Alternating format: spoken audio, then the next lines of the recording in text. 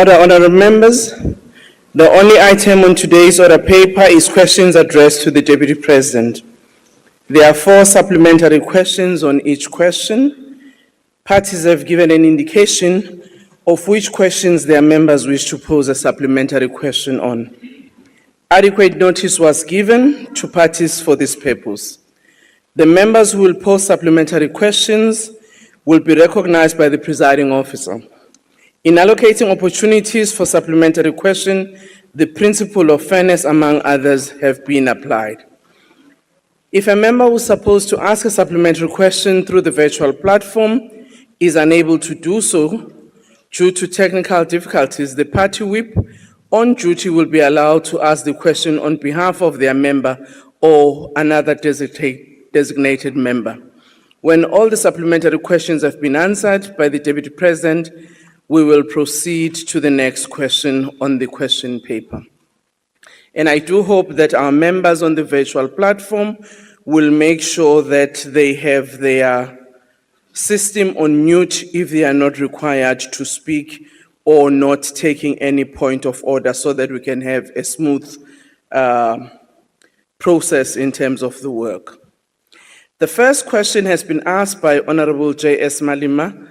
The question is given his delegated role to implement rapid response interventions on service delivery and troubleshooting service delivery hotspots in the country. And considering the dire state of municipal governance in the Republic that leads to chronic lack of service delivery, what has the Deputy President found to be the reasons that there have been no notable improvements in governance in some municipalities since he assumed his role, and whether he has found that municipalities in the main, particularly in the Western Cape, offer the best model for the municipal governance than elsewhere in the country.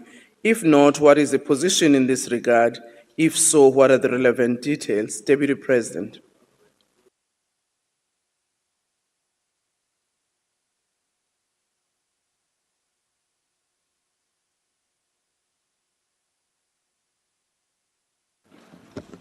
Thank you, Honorable Speaker.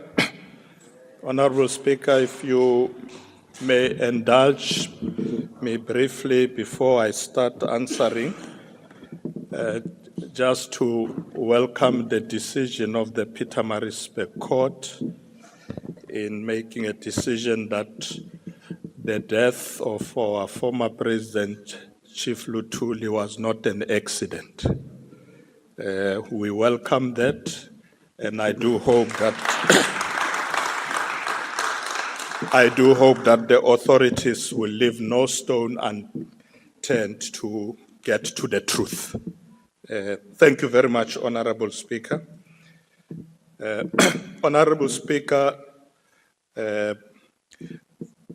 let me thank Honorable Ntlangwini. I'm told she's going to take on the question asked by Honorable Malema. And I wanted to thank him for raising this important question about the state of our municipalities in various parts of our country. Honorable Speaker, as part of our outreach programs, we have been engaging with various municipalities and communities to get a comprehensive understanding of governance and service delivery challenges. Reports from the Auditor General and COGTA have also revealed that poor performance of municipalities stem from corruption, financial mismanagement, lack of administrative capacity, lack of accountability, skills shortages, and government challenges, all of which impede service delivery. Among other challenges, we have also observed that coalition arrangement at local government level often result in instability and compromised governance in those affected municipalities. As a result, we have decided to convene a national dialogue,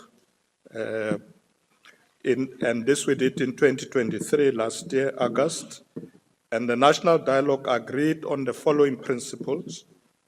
putting people first, combating poverty and deprivation, building a prosperous and inclusive economy, building a united, non-racial and democratic society, good governance, and no tolerance to corruption.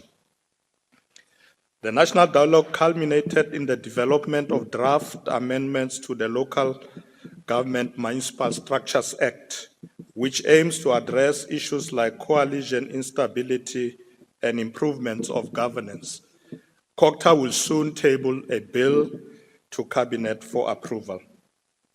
Honorable Speaker, as part of my responsibility to support the President in the implementation of the district development model, we continue to coordinate all spheres of government to improve municipal performance and to address community concerns. In this regard, I have been visiting and interacting with municipalities to have a full appreciation of governance challenges and service delivery blockages. On the 2nd of October this year, we conducted a whole of government service delivery outreach program at the OR Tambo district in the Eastern Cape province. The visit was aimed at addressing service delivery bottlenecks, engage with the community of Kunu, whilst evaluating progress made in the rollout of the DDM. Through the Water Task Team and the Interministerial Committee on Service Delivery, we are also strengthening support initiatives and intervention to address water-related challenges, water infrastructure maintenance, and upgrades. On the 6th of June this year, we launched a Clean Cities, Towns and Villages campaign in Kliptown in Soweto in partnership with SALGA. The Clean Cities, Towns and Villages campaign is a nationwide initiative aimed at promoting a cleaner environment and also improving service delivery. We continue to encourage communities to take charge in the cleaning of their cities, towns, and villages. As part of the government response to local government challenges, COGTA is currently engaged in a process to review the 1998 white paper on local government as part of Operation Vulindlela Phase 2 reforms, aimed at creating a fit-for-purpose local government system. Parliament is also currently processing the Public Service Commission Bill, which will extend the mandate of the PSC to local government. Honorable Speaker, we have noted the 2023-24 municipal audit outcomes released on the 28th of May this year.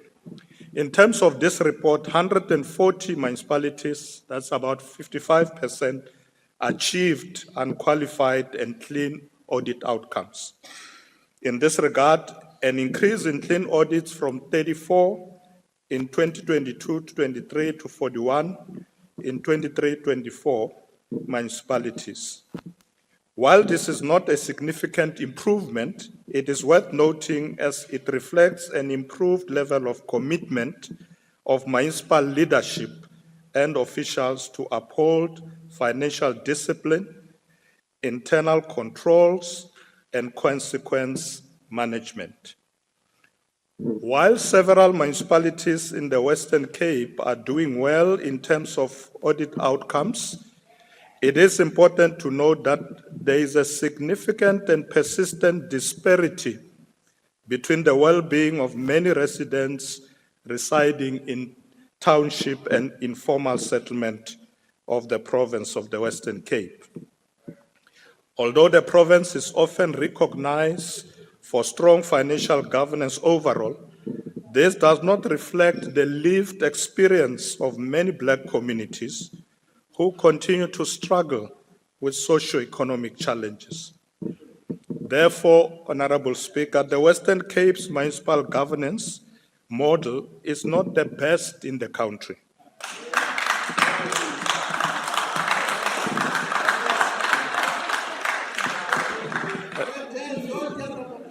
Shall I repeat? Order, honorable members. I was saying, Honorable, Order, honorable members. Let's saying- allow the deputy president to conclude his answers.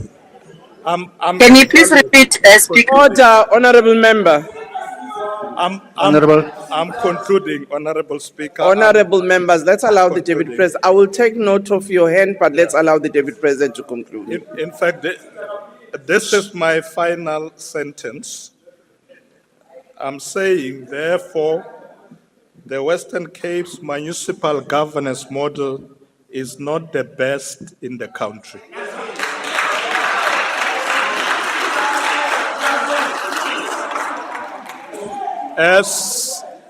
Let me conclude, as it fails to address the legacy of apartheid-era spatial segregation.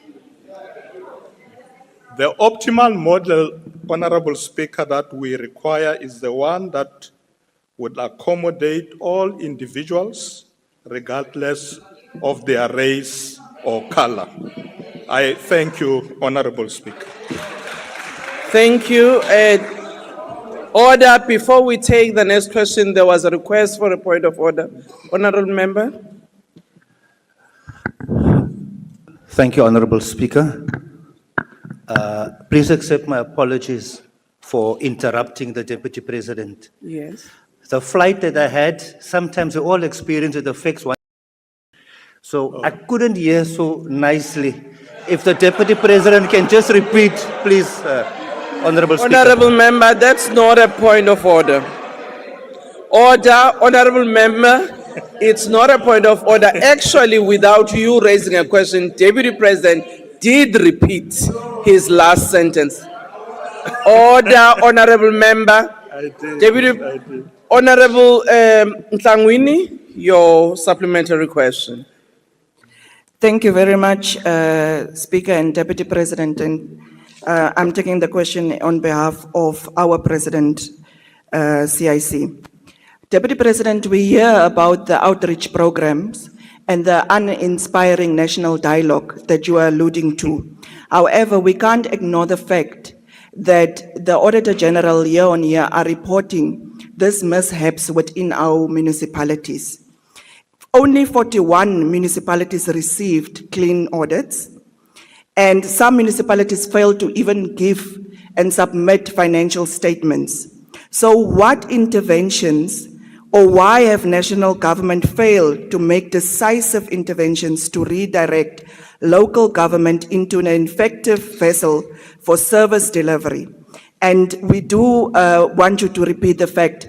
Are you disagreeing with what Mr. Ramaphosa have said? The DA Western Cape is one of the best models. Thank you. Deputy President. Thank you. Thank you, Honorable Ntlangwini. The President was quoted out of context. And let me tell you why.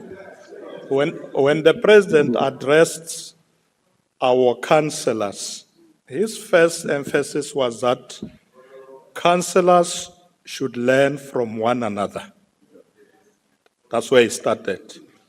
He then went on that he has come across this information that there are a lot of municipalities or many municipalities in the Western Cape that have clean audit. He says, go and see what they are doing as well.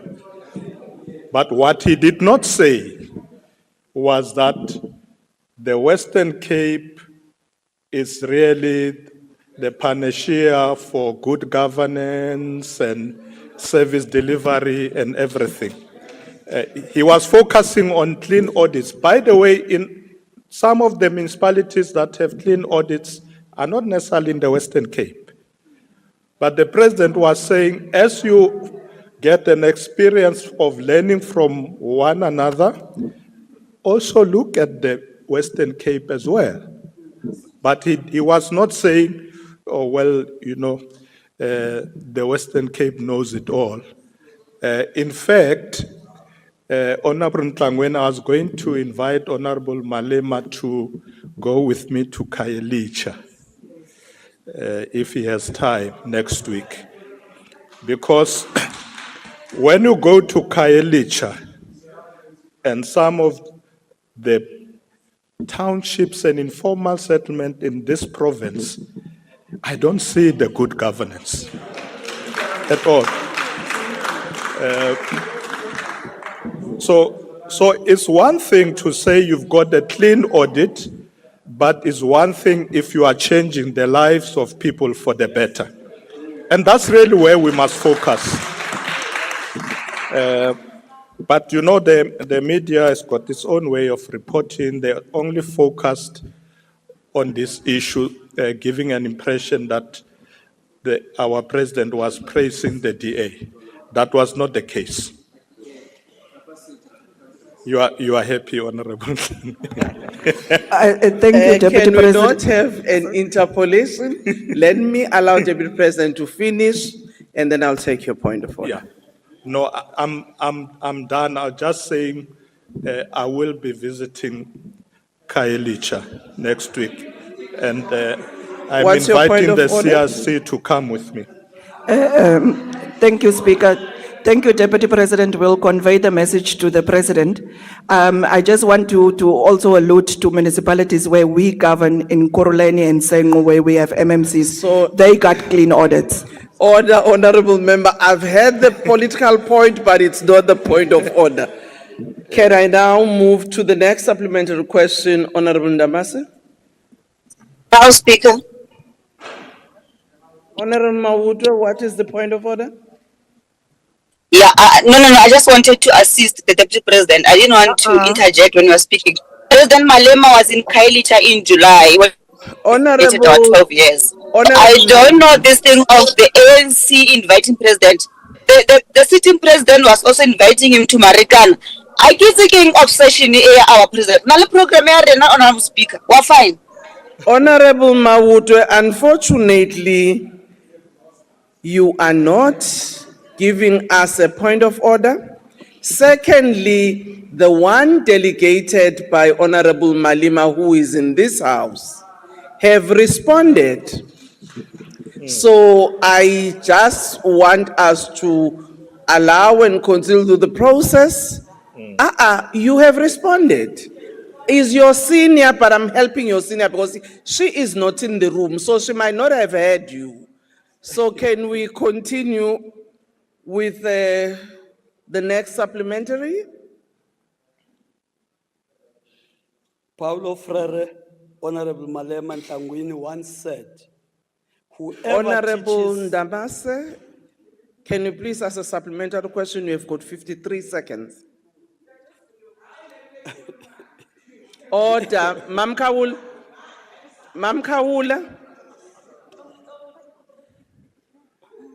The question, Honorable Deputy President, is as you understand the symbiotic relationship between the municipal councils and the institution of traditional leadership, as epitomized by your ukukahlela visit to Kumkani Ndlovyezwe of the Nyandeni Kingdom on the 2nd of October, can you shed light on the following? One, your attempts to improve the conditions of service, inclusive of pensions and medical aid for traditional leaders. Secondly, how far have you gone thus far in fulfilling the commitments the government made at Nyandeni to improve the conditions of roads and put agriculture at the center of the development of that area? Thank you.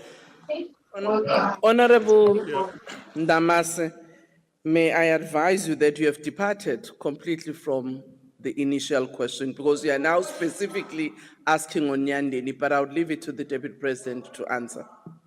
Deputy President. Thank you very much, Honorable Speaker. I will just be brief, Honorable, and I must say that, yes, indeed, as we visit various areas in the country, we do interface with traditional leaders. We meet with communities. They do raise these issues about, tools of trade, their remunerations, etc. Those things are being addressed as we speak. In fact, Order, Honorable Moodley.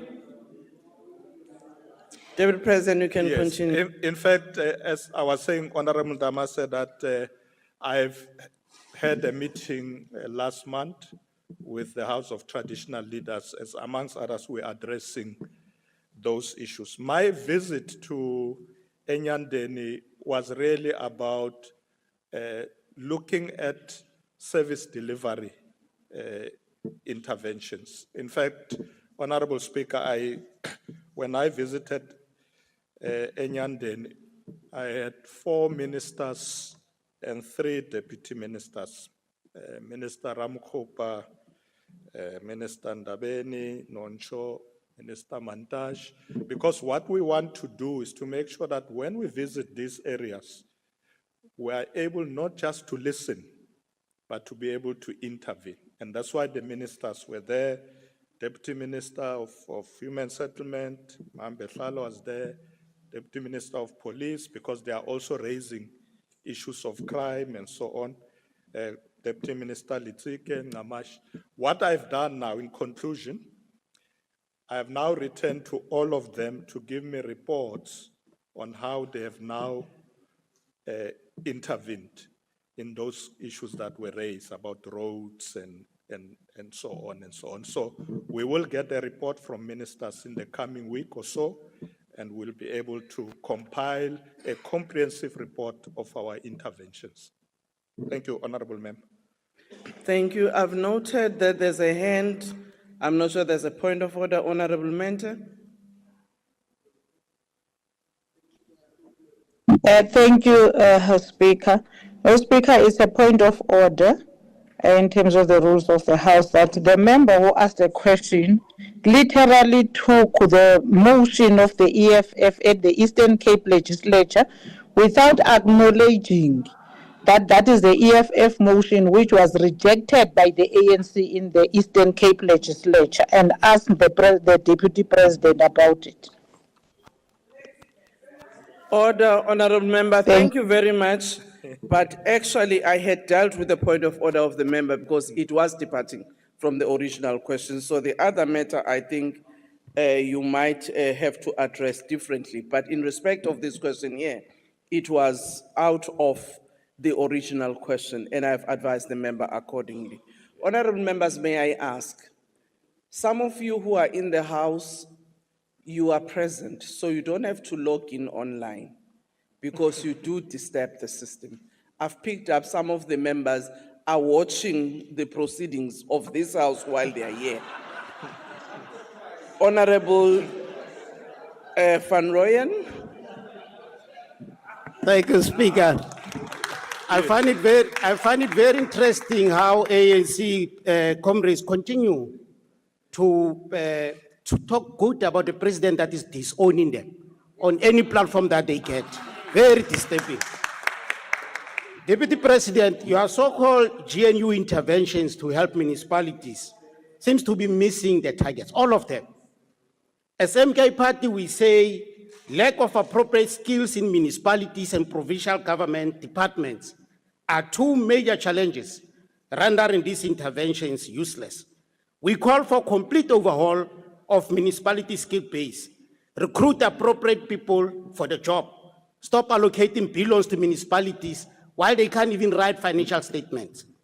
Why don't you develop legislation allowing municipalities' allocation to be top sliced for building these skills, instead of opting for them to be used to appoint a consultant, which is not sustainable? They are appointing consultants with this money. Why can't we legislate that they develop skills with this Honorable money? Member, your time is up. Thank you. Deputy President. Thank you, Honorable Speaker. Honorable Van Rooyen, we are in fact intervening in that context of skills. That's one of our big priorities, where we ensure that people in municipalities do understand how to deal with resources. And in the main, in most cases, not really councillors that deal with resources. It's the administrators, your city managers or municipal managers and other officials. And that's where we are also focusing to intervene to make sure things are done properly. We're not just pushing these billions just to any municipality. We look at the capacity. You know that the metro municipalities have much better capacity than other local municipalities. So we do look at that as well. And through the DDM model, we are able to say maybe this kind of project should be dealt with at the national level. But we will interact with municipalities. So we are very conscious of the fact that in some municipalities in the past, when resources are sent, they are sent back to national government, if not wasted, which is not good. Because, you know, when you send money back to national government, you can still get a clean audit, but you have not delivered services. And that's why we are very conscious to ensure that when resources are sent, there's capacity to deliver, to implement, and the resources must be spent properly. So all these issues we are doing now, reviewing the white paper, coming up with new legislation through COCTIS to address exactly that we don't have municipalities that don't know what they are doing, but they keep getting resources. So you are spot on, we are addressing exactly that. Thank you, Honorable Speaker. Thank you, Deputy President. We now move to Honorable J.B. Lorimer. Thank you, Speaker. Deputy President, you know, if you only stay in upmarket luxury housing, you sometimes take things for granted and you're not sure what to look for when you go and assess a poorer area like Khayelitsha. So when you go to Khayelitsha, look at the electricity, which is supplied by the municipality, not by Zinyoka. Look at the taps where when you open them, water comes out. There are many tarred roads and there's regular refuse removal. In fact, Cape Town has the largest provision of free electricity and water for indigent households in the country. Now the question, Deputy President, you say that the Western Cape is not the best model of municipal governance. Could you let us know which province is? Order, Honourable Member, Deputy President. Thank you, Honourable Speaker. Honourable Lorimer, you are quite right. If I go to Camps Bay, water comes out of the tap in Camps Bay. No problem about that. It can't, listen to me. When I go to Camps Bay, water comes out of the tap. When I go to Khayelitsha, it's not the case. That's the point I'm making. And remember, it's not the fact that some of us stay in suburbs. We grew up in townships, and we still have our families there. So when I'm saying I'm going to go to Khayelitsha, I'm not saying I'm going to go for the first time. We are always there and we can see.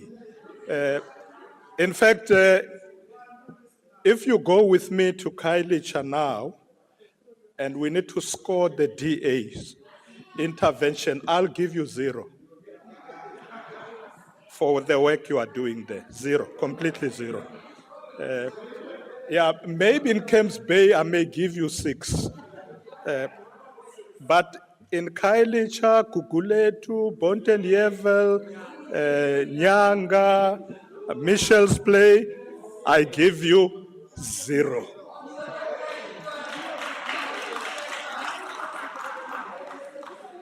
Thank you, Honorable Speaker. Order, Honourable Members. Order, the next sub-question. Madam Speaker, point of order. Is that a point of order? It is, Madam Speaker. Okay, what's the point of order? The question was very direct. It was, which province does the Deputy President consider to be a better model of municipal delivery? Not the Western Cape, otherwise the people wouldn't have voted for the PA and dumped the TA. Order.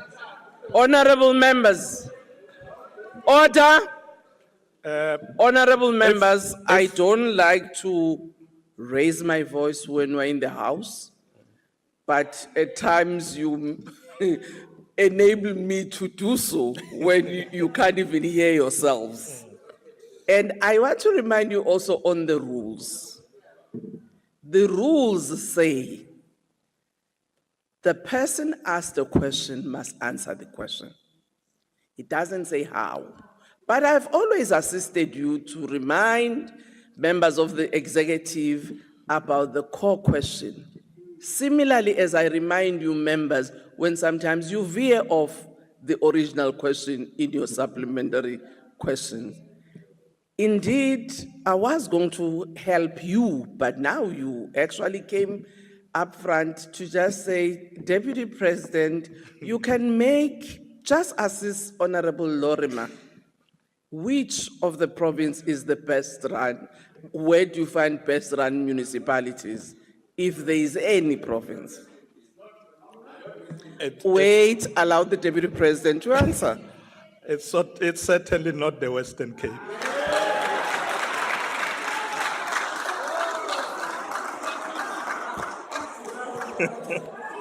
Order.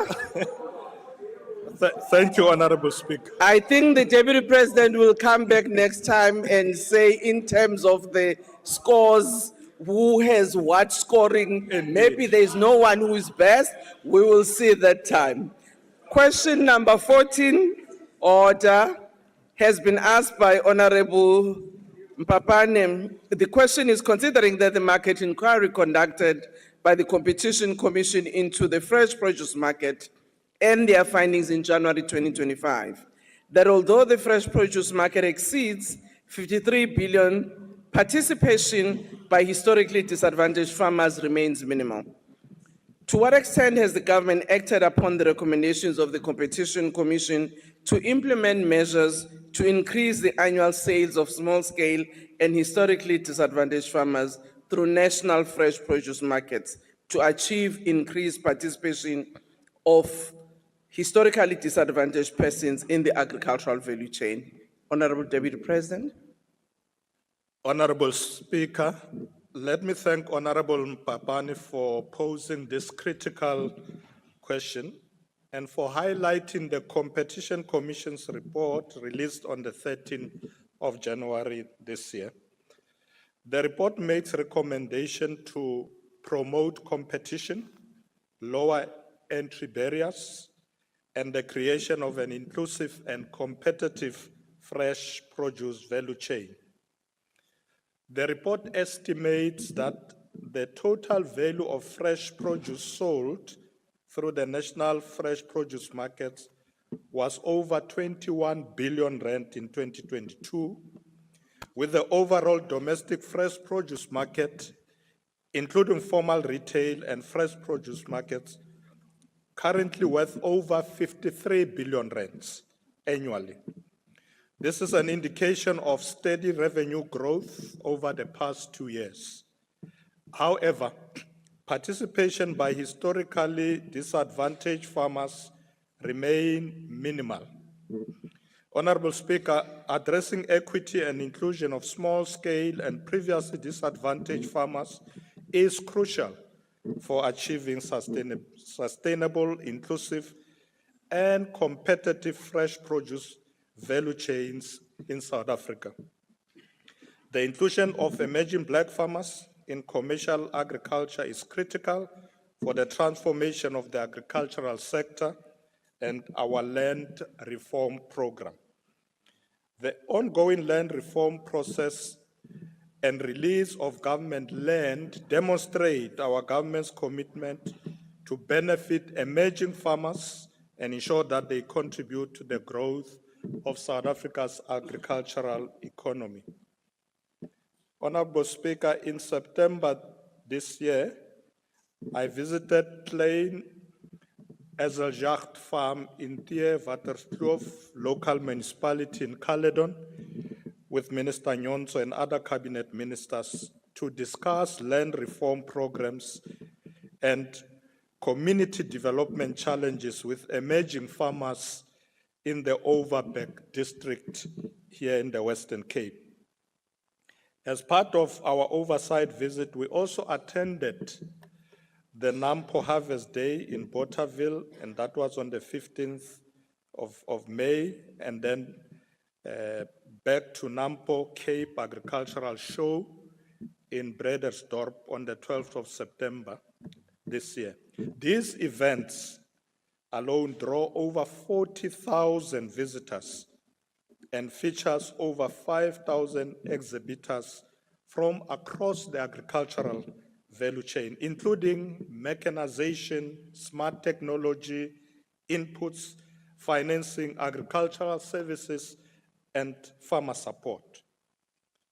Through these engagements, we are focusing on improving government support to the agricultural sector, particularly to emerging Black farmers, by addressing challenges related to land reform, infrastructure, access to finance through making available title deeds, farm safety, and also access to markets.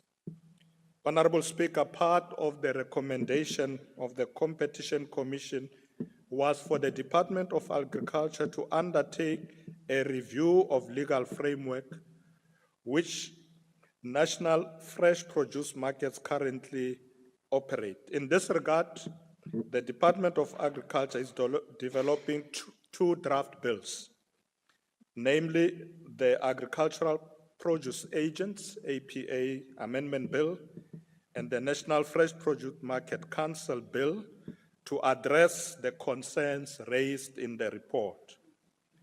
In the meantime, the Department of Agriculture, the Department of Trade, Industry and Competition, and other relevant state bodies are giving attention to the recommendation that relate to barriers to entry. We further welcome the Competition Commission's proposal of the target of 10% annual sales uplift for small-scale and historically disadvantaged farmers. While on the other hand, government continues to engage the US government on the reduction of the 30% unilateral tariff imposed on our exports to the US market.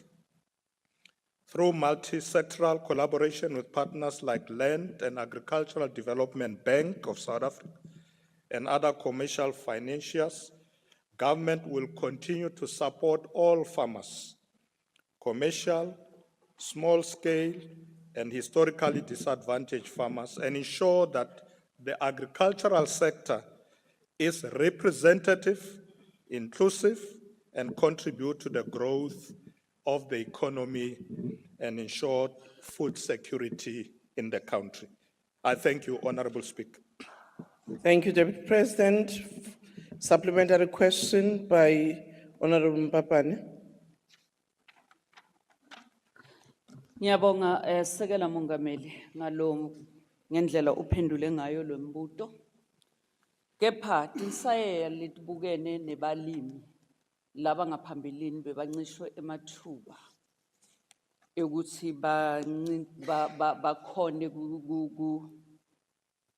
kuncintisana kulomkhakha wekulima. Tinyendi kakhulu njengoba sewuphawulile. Kepha lekungito tona kakhulu kati leti bahluphako. Tindleko letikhula njalo. Tenzengo yemanyolo. Tindleko letikhula njalo tagezi. Tindleko neguquguquka kwesimo selitulu. So loku konke loku kwenda ukuthi bangakhoni kunciphisa nendlela yokuthi bancintisane kulomkhakha njengoba sushilo.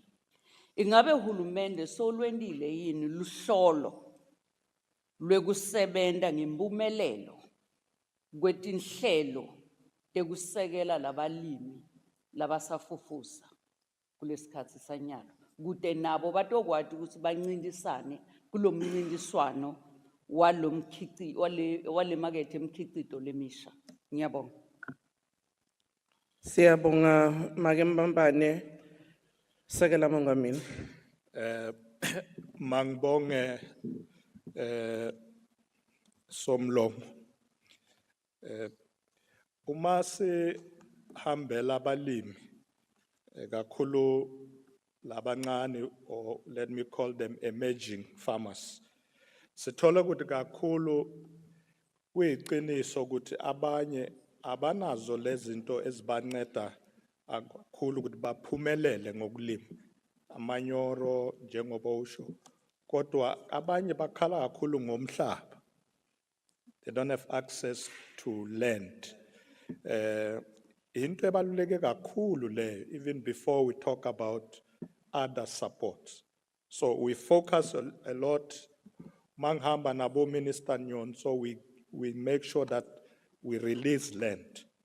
Kodwa ke, we can't release land bese siyahamba. So hulumeni. What we need to do is to ensure that they get support njengoba usho kulezi zinto okhuluma ngazo. Enye into esithole kakhulu ukuthi bakhala ngayo indaba yeimali, access to finance.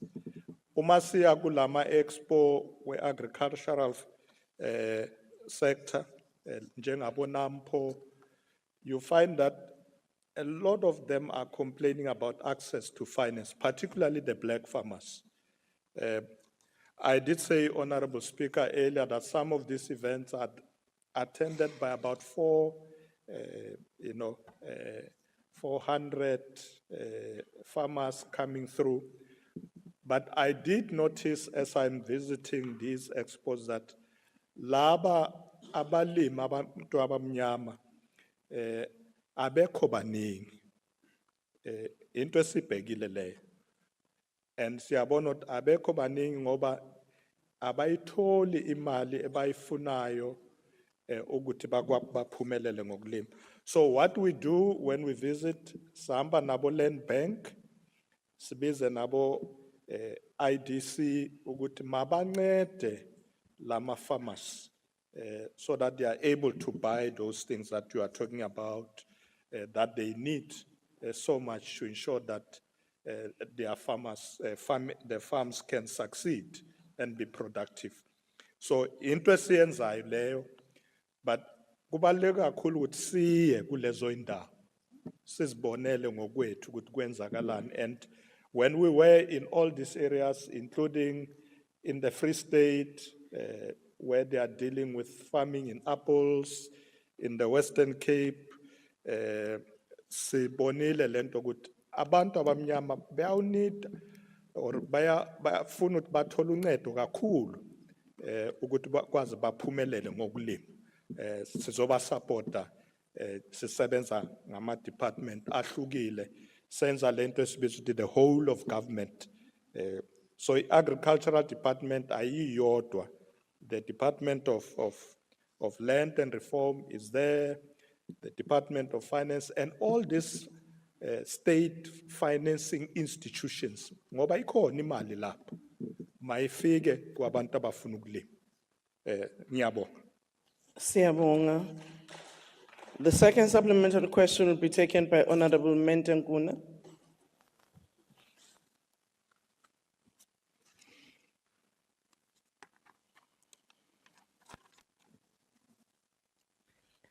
It says Honorable Mente, so who is Mente today? Okay. No, thank you, Speaker. TP, the EFF has been advancing the argument that if we really want to help the black small-scale farmers, then government needs to have a deliberate strategy to say government is going to buy from them to supply things like hospitals, schools, and many other public institutions and entities. And we have not been getting a favorable response from government in terms of saying, why don't we set specific targets to say 50% or 40% of the supplies that government is going to buy is going to prioritize these black small-scale farmers so that we can deal with this problem that has been raised by the Competition Commission. But also you've put a racist in the Ministry of Agriculture who clearly doesn't believe in affirmative action, clearly doesn't believe in the empowerment of black, small-scale farmers.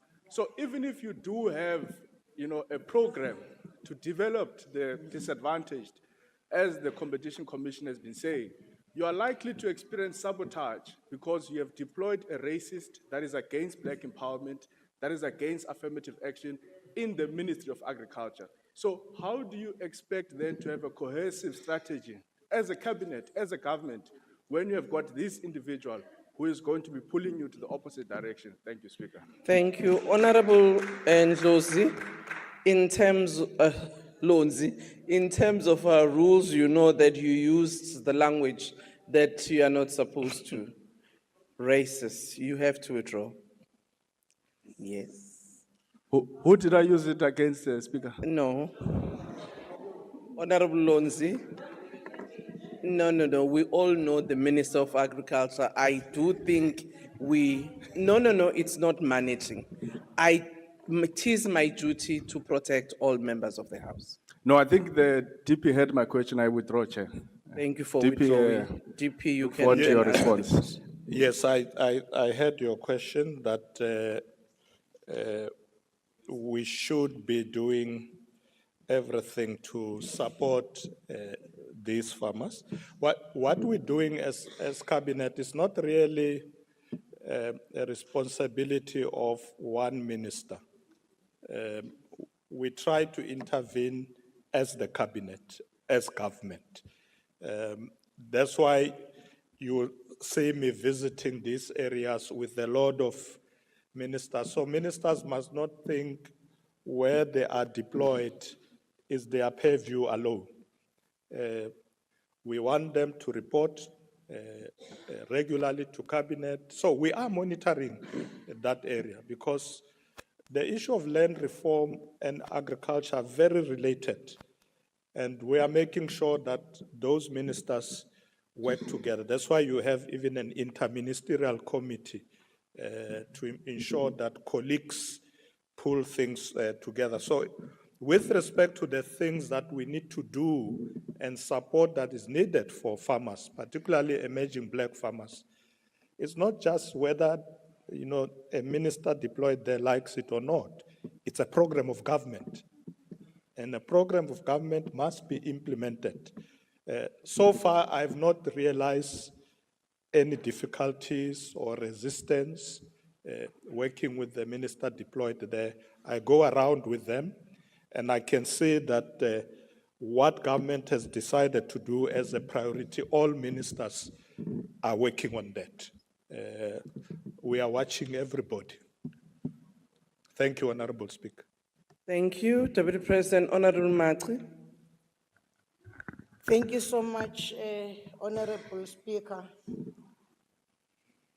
Honorable Deputy President, while Competitions Commission's recommendations are commendable, many historically disadvantaged farmers still face barriers, such as lack of access to storage, logistics, and consistent market pricing.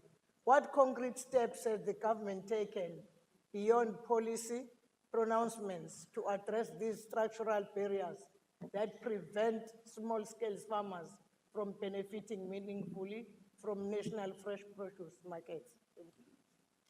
Thank you, Deputy President. Thank you, Honorable Machi. What I've said earlier is that as government, we are prioritizing what we hear is a problem when we interface with them. One of them, of course, is access to these markets. If you look at the fresh produce market, there are not many of them in the country. And you have the big ones, for instance, in Johannesburg, you have a huge fresh produce market. But the city of Joburg has ensured that there's access to many of emerging farmers, because it's okay for emerging farmers to produce, but they need to have markets. And some of those fresh produce markets must open their doors to them. We are working with them. Through the DDM, we are linking up with municipalities where you find this fresh produce market to ensure that as many as possible of these small-scale farmers must have access. So we don't just support them to be able to produce, have access to land and finance, but then they must have access to markets for their products. There was a question earlier about why doesn't government itself buy from these small farmers, etc., including people who are in fresh produce, we are doing that already. Many of the products that come from at that level do find their way into various government institutions as a way of us supporting them as well. But we are doing everything with respect to legislation to ensure that, as I said earlier, we deal with barriers to entry and so on, and make sure that people at that level are also succeeding. Thank you, Honorable Member. Thank you, Deputy President. Honorable 3. Thank you, Honorable Speaker. Honorable Deputy President, there can be no doubt that transformation is needed across all sectors in South Africa, including agriculture. The ACDP, however, differs on the how, as we believe that one of the levers of enduring or lasting transformation is in education and skills development. Now, Deputy President, has a monitoring framework, including the monitoring of education programs, skills development, and access to finance, been established to track annual sales by small-scale or historically disadvantaged farmers through the national fresh produce markets? And if not, why not? And if yes, how does government intend to use the monitoring framework to introduce the necessary interventions? Thank you. Deputy President. Thank you, Honorable Speaker.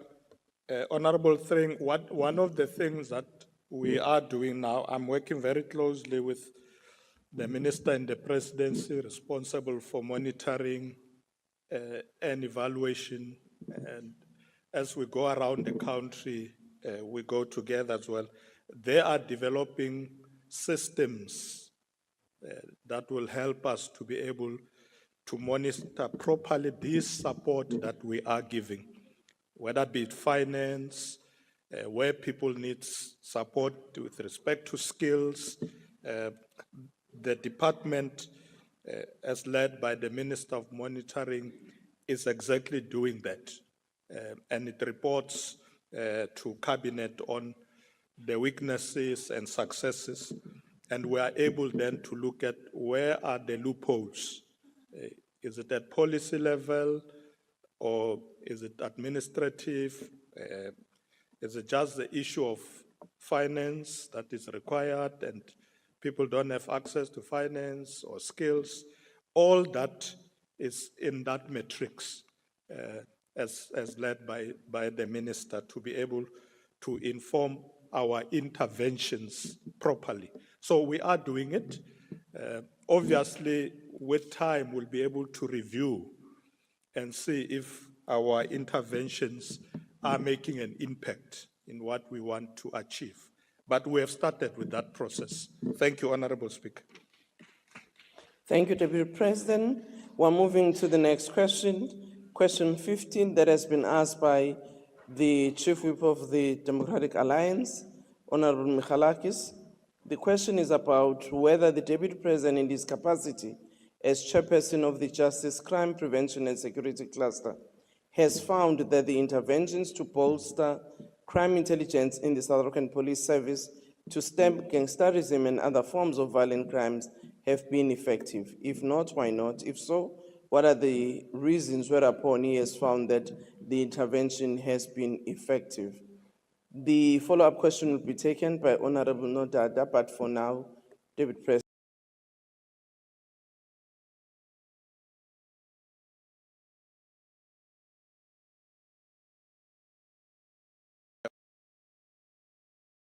Lakis.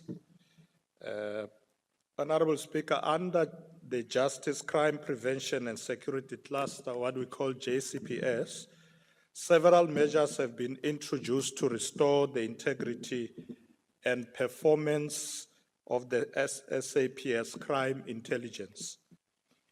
The SAPS has developed what we call the National Anti-Gang Strategy, aimed at dismantling gang-related criminal networks through intelligence gathering, proactive policing, community engagement, and stakeholder collaboration.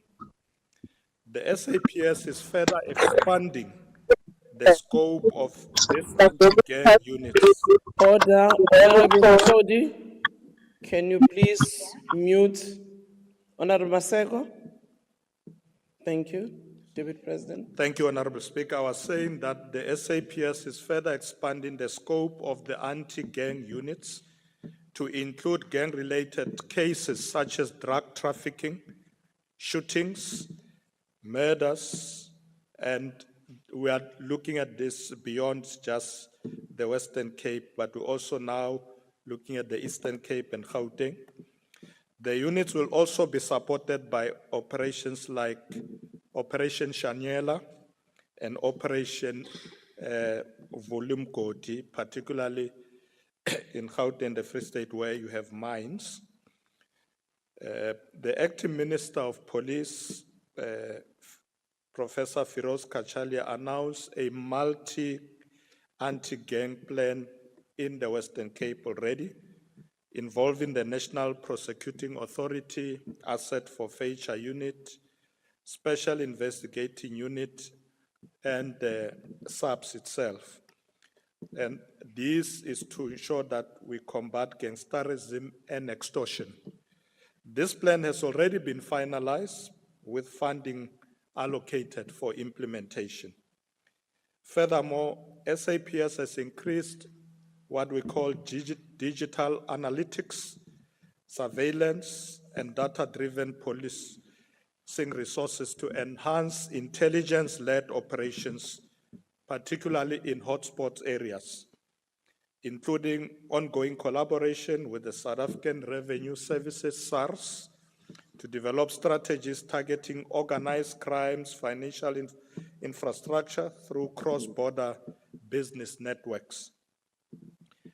Honorable Speaker, the ongoing Madlanga Commission of Inquiry and the ad hoc committee investigating allegations by Lieutenant General Nhlanhla Mkhwanazi will shed more light on what needs to be done to strengthen the criminal justice system as a whole and the police service in particular.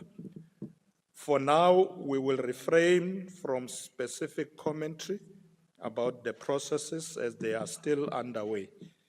We will continue to strengthen our crime intelligence division to counter organized crime, gangsterism, and violent criminality in hotspot areas through structural and technological interventions, including community policing forums, that is our CPFs in many of our communities. I thank you, Honorable Speaker. Thank you, Honorable Notada. Manbulelo Somlomo. Deputy President, the ANC majority over the 30 years has failed in the fight against drugs and gang tourism. SAPS is broken, which the acting minister has admitted. Meanwhile, the DA-run city of Cape Town will spend 7 billion doing South African Police Service's job for them. There are roughly 1,300 fewer SAPS officers in Cape Town today than 4 years ago. Over the same period, Cape Metro Police deployed over 1,200 new officers to fight crime. In fact, the Cape Metro Police has more operational vehicles than SAPS to patrol. As partners in government and in the interest of keeping communities safe, do you agree or disagree that SAPS is broken? And if so, why should Cape Town not have more powers to continue its work in stopping the bloodshed? Thank you so much. Honorable Deputy President, just to say that Honorable Notada, the last question is a new one in your supplementary because it now deals with the devolution of powers, which is not the central question that has been asked by Deputy President who will answer. I just wanted to remind you, honorable members, again, on Rule 142, subsection 7. You can't have more question in your supplementary. Thank you. Thank you. Thank you very much, Honorable Speaker. Honorable, note that there is ongoing collaboration out there by national government and provinces. And that's why I was indicating that the acting minister has announced this anti-gang plan in the Western Cape. It means they'll work with the Western Cape. So it's not a question of either or. What we need here is collaboration. So if the Western Cape is already doing well, they have more vehicles. Deputy Minister, I'm not sure Deputy Minister of which department, please mute. He was raising a point of order. No, Deputy President. Honorable members, there is one presiding officer who is the one that is directing today's proceedings. Deputy President, I will guide you. The others will just hear it as music. Thank you. The others are regarded as howling. So I was saying, Honorable Nota, that I think we should go for collaboration. We want to work with the Western Cape as national government, and that's why the acting minister is here.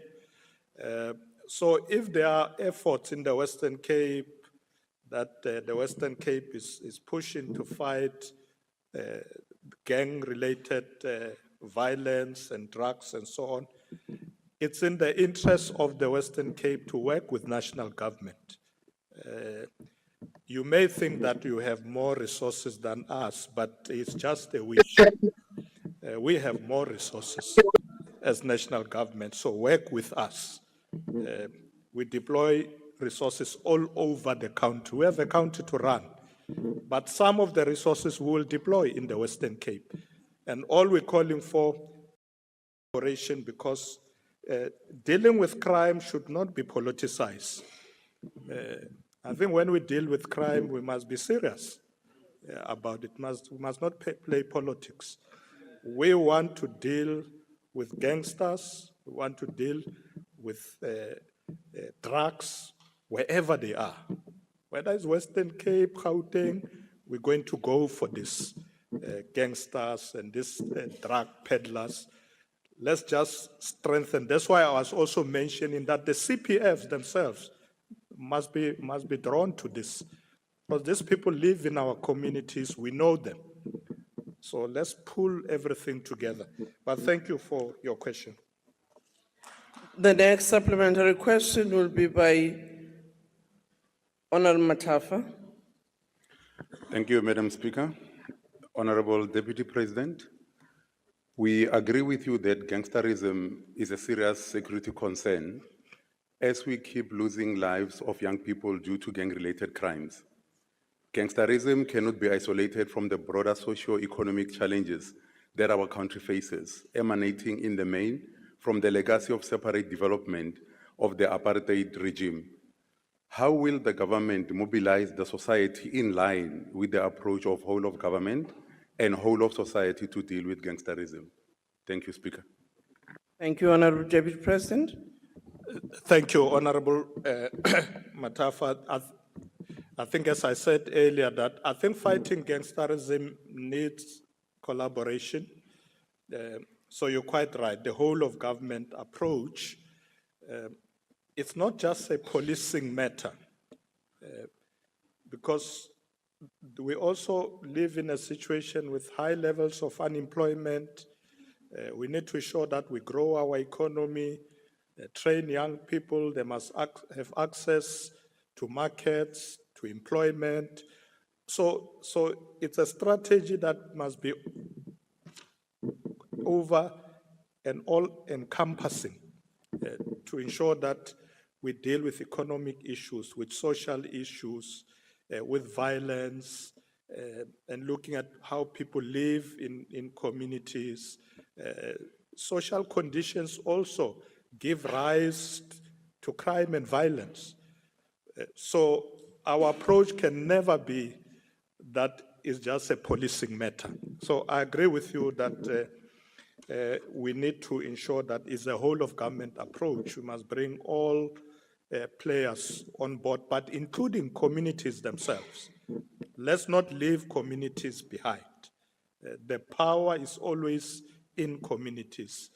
We must not take that lightly and think you can bring police and soldiers, they'll resolve our problems. We do need communities on board. Thank you, Honorable Member. Thank you. The next question is from the Leader of Opposition. Has there been a change? A very big change, Speaker. A very big change. So you are now a Leader of Opposition? Yes, and I'm also the Chief Whip. We've consolidated the positions. Good to know. I was not informed, but now I can see that you are taking the question. I'm taking over, Speaker. Thank you. Okay. I'm taking over on behalf of the Leader of the official opposition, the mighty MKP. Nzenga Tatana. Aye. Deputy President, given that violent crime, extortion rackets, and gang-related killings continue to spiral even in provinces where you've had all these interventions or were piloted, and considering that several crime intelligence officers themselves have been implicated in aiding syndicates, how can you, in good faith, claim that these interventions are working?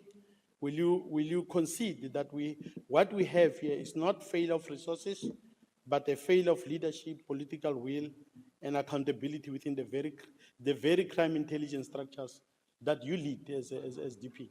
Thank you. Thank you, Deputy President. Thank you very much, Honorable Speaker. Honorable Montana, the JCPS cluster is intended to pull everybody together. That's the cluster that I chair in Cabinet. And we are looking at the problems broadly. As you say, it's not just resources. You need to look at the human resources as well in that context, not just funding. Because you may have all this, the vehicles and everything, but you must look at your human resources. Do you have the right people? Are they properly trained? Is there a problem of corruption? And that's why I was saying some of the revelations now in the Madlanga show exactly how much we need to do to clean that environment of policing. So it's important that we as Cabinet should give that leadership to ensure that the leadership of the police and other structures of our security cluster are able to utilize the resources that we have to ensure the effective way of fighting crime. So there is indication now that there are glaring weaknesses there within the police cluster, that we do have people who probably should not have been there. So it's going to be up to us as government to move with speed once these things are finalized, to ensure that we put the right people in place and monitor what they do, so that we don't find that after 5 years that, hey, we have had the wrong people here. I think even when we look at this anti-gang plan that we are coming with, it's all encompassing. It's looking at broad approach that will not only be anchored on policing by SABS, but bringing other elements as well. So the issue of leadership is critical in the police, and I'm definitely convinced that a lot of cleaning up will have to be made to ensure that we can put these units into their proper location to do proper work and ensure that they are not infested by wrong people who should not have been there in the first place. So we will do the cleanup. Yeah, in political level, we are fine. Thank you very much, Deputy President, and congratulations to the new leader of the opposition.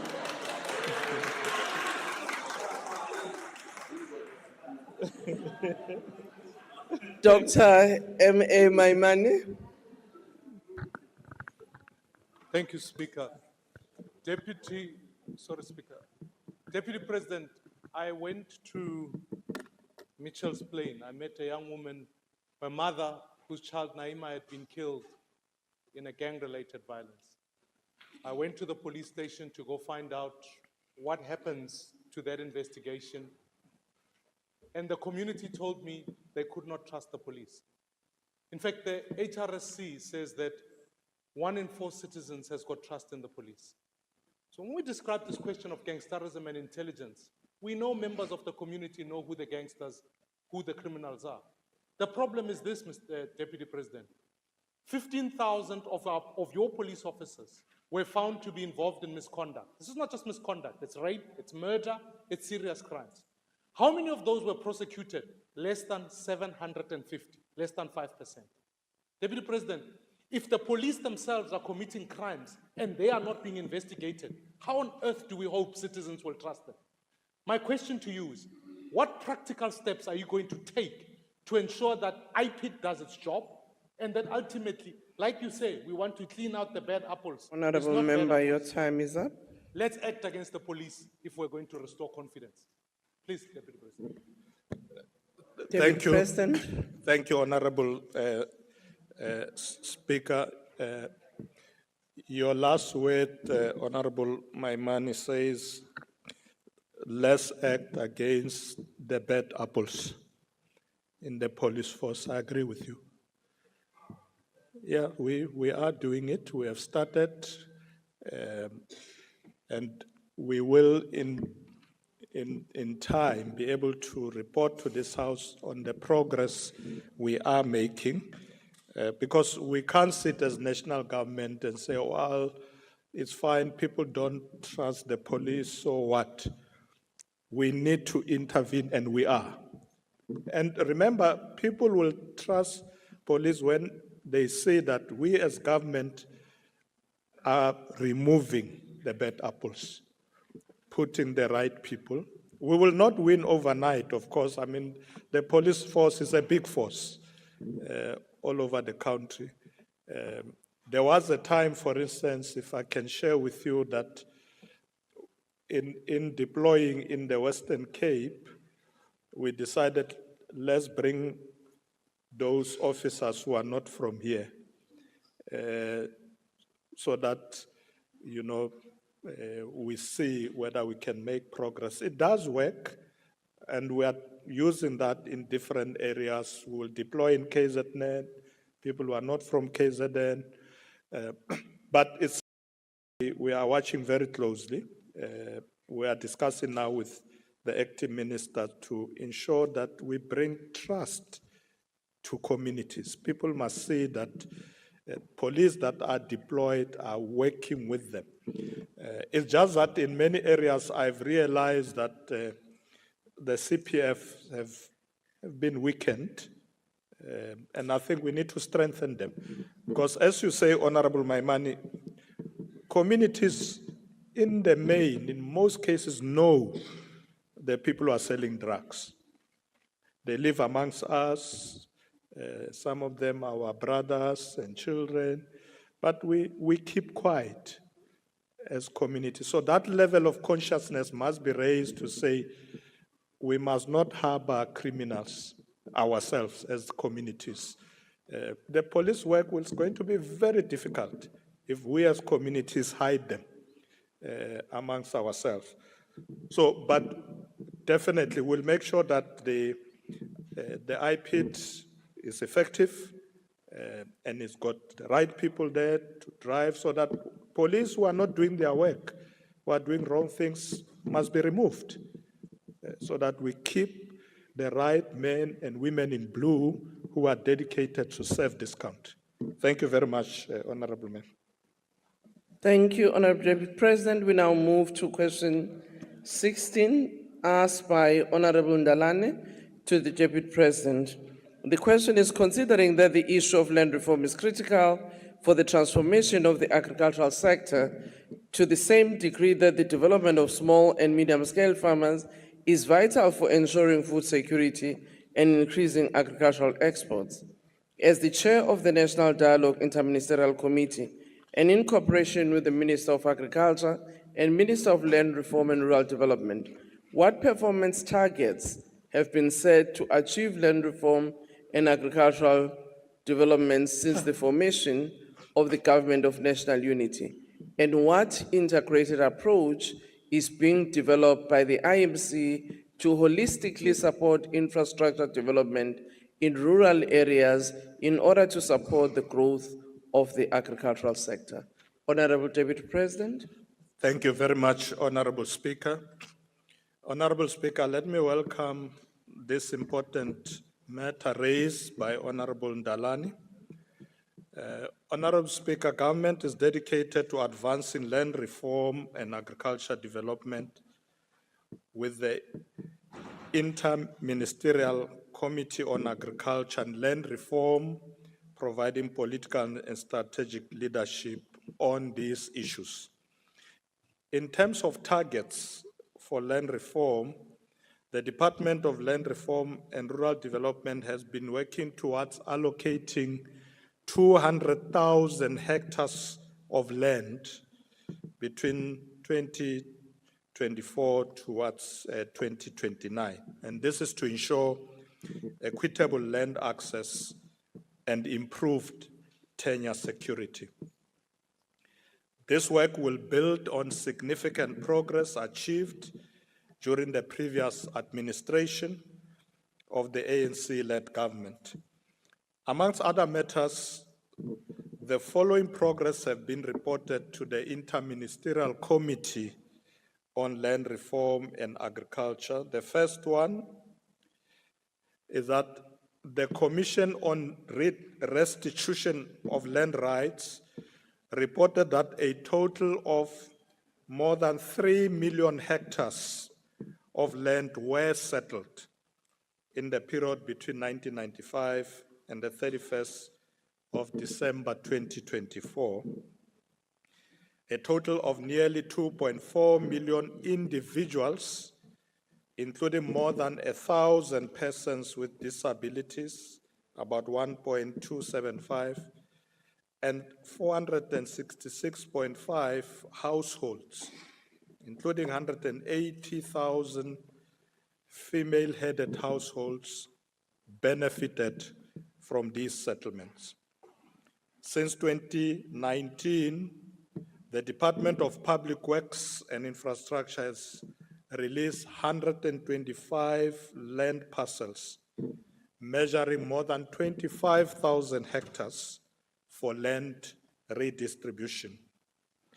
As of April of this year, the Department of Human Settlement had already released 44 land parcels measuring 2.0424 hectares in extent. Power of attorneys, POAs, have been issued to enable development planning. Regarding agricultural development, the Agricultural Agro-Processing Master Plan is one of the key priorities identified by the Medium Development Plan 2024 to 2029.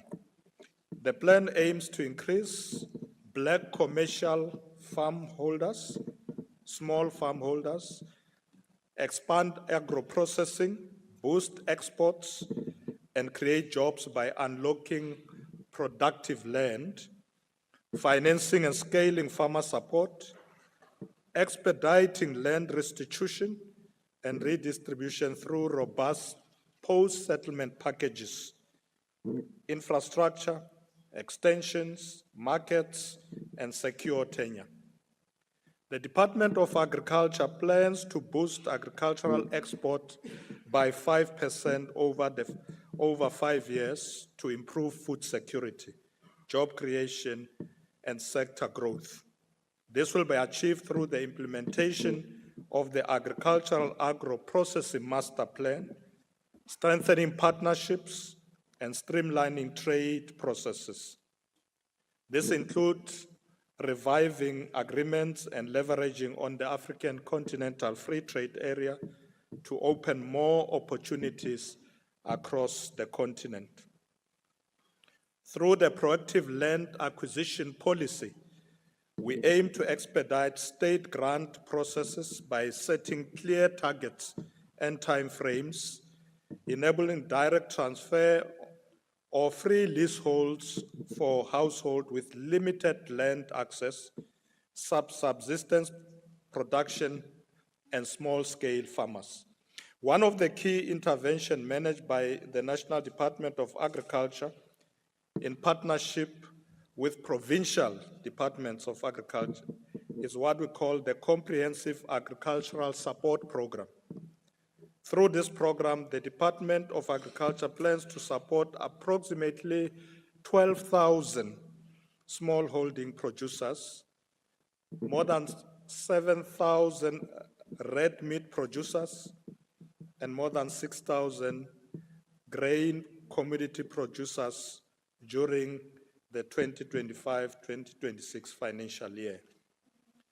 Government is also addressing land rehabilitation, conservation agriculture, development of agro-ecosystems management plans, and farm management plans for approximately 700 hectares.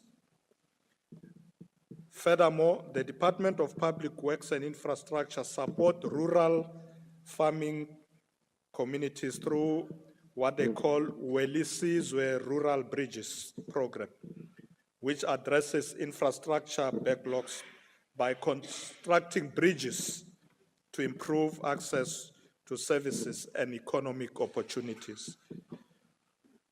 Honorable Speaker, government will continue to intensify efforts to support our farmers, improve logistics, networks, and rural supply chains, as well as open new export markets to significantly expand the agricultural sector. I thank you, Honorable Speaker. Thank you, Honourable Deputy President. I have been informed that the Honourable Makgakga will take charge of the first question on behalf of the Honourable Ndladlane in accordance with Rule 13710A, and I now recognise you, Member. Thank you, the Honourable Deputy Speaker. Good afternoon, DP.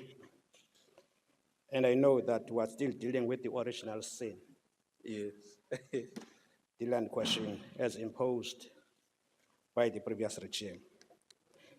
Emerging farmers in rural communities face significant constraint regarding productive use of agricultural land due to limited access to finance and markets.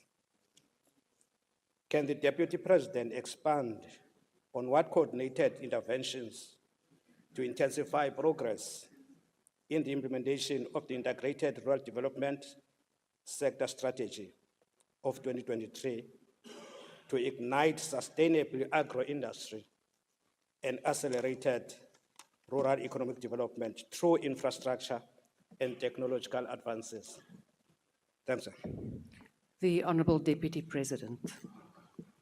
Thank you, Honourable Deputy Speaker. Honourable Makgakga, as I mentioned earlier, there are a number of initiatives now that are in place to support rural development. And as I said earlier, it's really a partnership in the main between the Department of Agriculture and the Department of Rural Development and Land Reform. A lot of land is now being released in various areas. We know that in the past, there was a lot of complaint that this process is slow of releasing land. We are now fast-tracking the release of land. So the 12,000 hectares I spoke about is just the beginning. We're going to push for more and more hectares.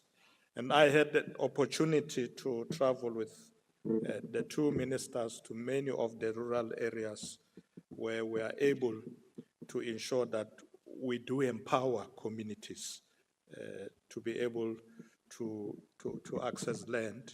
So it's something that we are busy with. There's also what they call Go Farming, which is a partnership with South African breweries. So we welcome the private sector as well when it comes on board to help us to bring resources to be able to make sure that land reform moves now a bit faster. But as you can see from all I was raising here, that there are a lot of initiatives now, a lot of parcels of land that are being made available to people who are landless. As you correctly observed, that we are dealing with the original sin. We need to get it right. Thank you, Honorable Speaker. The second supplementary question will be asked by the Honourable Nana. Thank you very much, Deputy Speaker. Deputy President, at the tail end of your main response, you mentioned words like support, support, support. But please tell me, how do you reconcile that with the collapse of the once well-acclaimed Zebedela Citrus estate in Limpopo, which at the time of transfer, it was valued at just over 61 million. Today, it stands as a painful example of how corruption and poor management have undermined and crippled land reform. This estate, DP, as you will know, once the largest citrus producer in the Southern Hemisphere, now lies in ruins like so many other restituted farms. How does one justify pouring millions into land reform projects that end up failing? And what decisive action is being taken to end 30 years of corruption? Thank you, Honourable Nana. And lack of post-settlement support? The Honourable Deputy President. Thank you very much, Honourable Deputy Speaker. Honourable Nana, we are very conscious of the fact that there are institutions that were very good in the past, which have been ruined. And that's why in our programs now, we are setting up and resetting some of these initiatives. As I've said, we are speeding up the allocation of land, release of land, and we're getting our ministers to work closely together. We bring in the government financing institutions. The land bank now has become very active in supporting people who acquire land, which has been a bit of a challenge in the past. But the other institutions as well, the IDC and others are coming to the party, and the ministers are coordinating this very well. So we are going to ensure that institutions that are intended to make sure that we succeed with implementation are jealously guarded, given support to make sure that they can do their work, they have access to enough resources. That's what we're going to do, so that we don't go back to that problem that you have observed, that some of the institutions have been run down. We are rebuilding now, and we are going to make sure that these institutions are put to effective use. Thank you, Honourable Deputy Speaker. The third supplementary question will be asked by the Honourable Niehaus. Thank you, Deputy Speaker. Honourable Deputy President, you speak about speeding up land reform. But the latest Lamosa report to the Land Court indicate that the state will not be able to resolve all the land claims lodged in 1998 for the next 30 years. This means that the other land claims lodged after the enactment of the Land Restitution Amendment Act will only start being processed after 30 years. By then, almost everyone who had lodged those claims will tragically have passed on. Under these circumstances, does the restitution program of land reform make sense? If not, what considerations are you taking into account about its continued existence? Thank you. The Honourable Deputy President. Thank you very much, Honourable Deputy Speaker. Your observation is correct, Honorable Niehaus. It's in the report, but we are looking exactly at that and looking at the costs of moving that slow. One of the things we found out was the disputes when it comes to redistribution of land. The disputes are such that they hold back the process. So we are looking at the dispute resolution mechanism that will help us to be able to unlock that process, because we don't have 30 years to wait to unlock these disputes that has made us not to move. So it's something that we are dealing with because if you look at the report, it says if we are not able to resolve these ones, we are not able to start even with the other ones. So it's in our interest to be able to move faster. And if we can get the process right, which we are now reviewing of dealing with disputes faster, we will be able to ensure that the process starts moving faster. It is in our interest to ensure that people get access to land quicker. Nobody has 30 years to wait. So we are very conscious of that, and we are intervening to make sure that we speed up the process once more. Thank you, Honourable Member, for the question. The last supplementary question will be asked by the Honourable Boshoff. Thank you, Honourable Deputy Speaker and Deputy President. The original question, not the original sin, the original question referred to the importance of land reform in terms of transformation of South Africa and in terms of food security for the population of South Africa. Now, in terms of both these, you gave some answers that we have to trust that from now on it will be better because there will be better support and the process will be sped up. Maybe it's true, maybe not. But what I would like to engage you on is the entry level, the entry barriers for being able to start farming, which is actually the same for white or black beginner farmers. Nobody can start farming today easily because it's just so difficult. And one of the main reasons why it's so difficult is because of the total decay of rural infrastructure. Something not within the power of the Department of Rural Development to take up all the problems of all the departments, which means that the individual entrepreneur has to stand in for all the infrastructure, social and physical. Thank you. The Honourable Deputy President. Thank you, Honourable Deputy Speaker. Honourable Boshoff, you're quite right. We have to deal with rural infrastructure. The whole of government approach is intended for exactly that. Now, when we go to these areas dealing with land reform, we do come across these challenges. In fact, when I was in Enyandeni recently, one of the issues that was raised sharply with me was the road. Look, there's a problem here with the road. We are not able to do our work properly because it's difficult to move around here. So for us to ensure food security, for farmers to be able to do their work, we as government must ensure that basic infrastructure is there. Roads, proper roads for them to move around, electricity, communication, water, and that's what we are busy dealing with. So you're quite right when you say that I said things will be better because they must be better. We're not going to stand one place.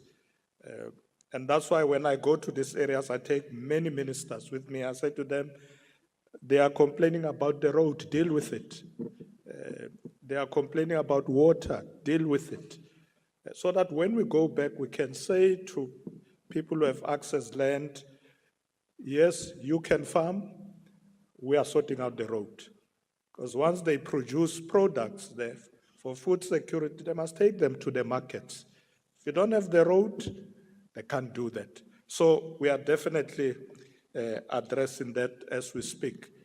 You'll see when we give our reports in the coming year, you'll see that things would have improved much, much more. I thank you for the question. Thank you, Honourable Deputy President. We now move on to question number 17, which has been asked by the Honourable Ngobeni. The question is, in light of the Tshwane Metropolitan Municipality Administration securing a landmark agreement with Eskom to settle the 6.67 billion debt inherited from the previous administration of the specified municipality, and with 1 billion already paid and interest waived over a 5-year plan, what rapid response intervention plans has he put in place to ensure that such governance turnarounds are replicated across municipalities that owe outstanding debt to Eskom? The Deputy President. Thank you very much, Honorable Deputy Speaker. Let me welcome this important question raised by Honorable Ngobeni.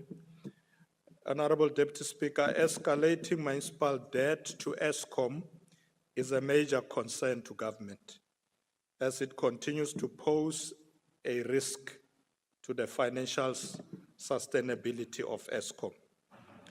As of July this year, the total overdue municipal debt had reached 102 billion rands, up from 20 billion rands in the financial year 2019. According to Eskom, this amount could exceed 300 billion rand in the year 2030 if there is no urgent intervention. Now, as part of the ongoing effort to address this challenge, the Eskom board has approved a mechanism called Distribution Agency Agreement, DAA, which is a long-term contract between a municipality and Eskom. This arrangement forms part of what we call Active Partnership Initiative. This model seeks to restore the technical and financial sustainability in a distressed municipality through the following intervention. The first one, the municipality will appoint Eskom as a service delivery agent for its distribution businesses. Then through the DAA, this will enable Eskom to collect revenue, manage operations, and maintain the infrastructure on behalf of that municipality. Third, it will then establish a ring-fence revenue account to enhance transparency and ring-fence Eskom's recoverables and municipalities' entitlements. And lastly but not least, the intervention also involves skills transfer, operational reforms, and a structured exit plan, because we're not intending for this to be a permanent arrangement. So there must be an exit plan to return redistribution operations to a municipality after meeting competency benchmarks. Honorable Deputy Speaker, it is worth noting that the participation of municipalities in this DAA is voluntary, and municipalities retain their license to reticulate and redistribute electricity. With regard to Tshwane Metropolitan Municipality, that agreement with Eskom was settled through a court process, which included litigation processes, so it may not necessarily be replicated by other municipalities. However, struggling municipalities are encouraged to consider active partnership with Eskom through the implementation of the DAA. The active partnership model, for instance, implemented by Malutia Phofung municipality in the Free State province and the Mfuleni local municipality in Gauteng, have significantly reduced the debt of the worst performing municipalities in electricity distribution, demonstrating the success of this model. Furthermore, the National Treasury is providing assistance to 71 municipalities through what they call the Debt Relief Program, which allows for the write-off of a portion of their areas if they meet strict financial management standards. Aligned with the DDM and municipal support and intervention framework, government, ESCOM, business, and state institutions will all together continue to support these struggling municipalities to meet their financial obligations and improve service delivery. I thank you, Honorable Deputy Speaker. The first supplementary question will be asked by the Honourable Ngubane. Thank you, Deputy Speaker. It's the Honourable Ngobeni. My apologies. That's fine. There's no problem, Deputy Speaker. Thank you, Deputy President. DP, recognizing that multiple failed de-administration left the city of Tshwane insolvent, indebted, on the brink of an asset attachment by ESCOM, with irregular expenditure escalating.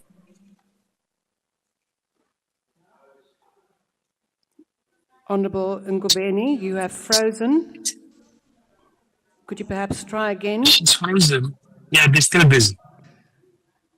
Honourable Ngubeni, can you please try to reconnect? But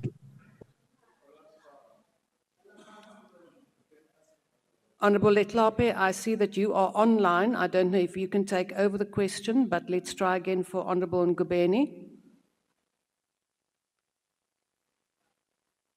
I think we have a problem there, but I will see if the Honourable Ngubeni does rejoin Deputy President, then we will give her the opportunity. So we will proceed. And the next question will be asked by the Honourable Nkosi. Thank you, Honourable Speaker. Honourable Deputy Speaker, Honourable Deputy President, given that a key element of sustainable municipal finance is effective revenue collection, which includes accurately granting subsidies, what specific measures are being implemented to ensure the rapid and accurate registration of all eligible indigent beneficiaries and the efficient use of the ring-fenced electricity revenue to cover their entitled free basic services as a prerequisite for municipalities to remain compliant with the National Treasurer Debt Relief Program conditions? Thank you. The Honourable Deputy President. Thank you very much, Honourable Nkosi. It is true that many municipalities struggle to collect revenue, not necessarily from households, but also from businesses. And once they struggle to collect revenue, it makes it difficult for them to be able to provide services and manage the affairs of the municipality. One of the things that has been done, particularly when it comes to household, was to introduce what is called the standardized indigent policy framework, because we know that within households, in our communities, there are people who can't afford, elderly people, pensioners, and so on. So efforts are being taken to make sure that you have a proper indigent policy framework, because that also has been abused in the past, that you have an indigent policy that just everybody wants to be covered by it, even people who can afford. So we are working on that with municipalities to ensure that, yes, indeed, let's assist those who can't afford, but those who can't afford must pay. What municipalities must do, and I know that in some areas people are reluctant, is to continue to introduce prepaid meters. I know some people in the communities don't like that, But the discipline of prepaid is that you will consume as you can afford. If municipalities just supply electricity to everybody and hope that they will pay, they will not be able to come out of this problem. People must access electricity as they afford it, and then we make it affordable for indigents in line with the policy. Of course, Honorable Deputy Speaker, there is another challenge of criminality. In the township, they call it izinyokanyok. I don't know if Honorable MPs know what that is izinyokanyok. You are from townships? No, you don't know izinyokanyok. You know. It's in Kailij. So izinyokanyok, Honorable Deputy Speaker, is where the criminal elements in our communities will connect the poor. So it's not necessarily the poor connecting themselves. It's a criminal element. They actually charge the poor. The poor do pay. But the criminal element become ESCOM themselves. Yeah. They go, they connect and connect. They charge the communities and they collect the money.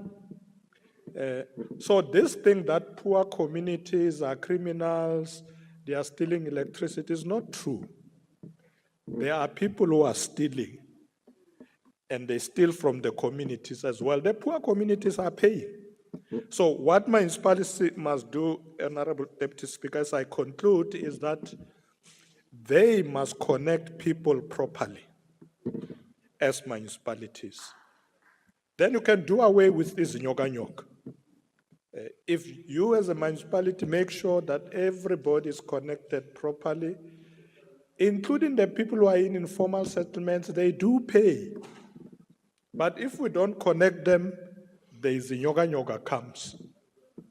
They connect them, they charge them, but that money won't go to ESCOM.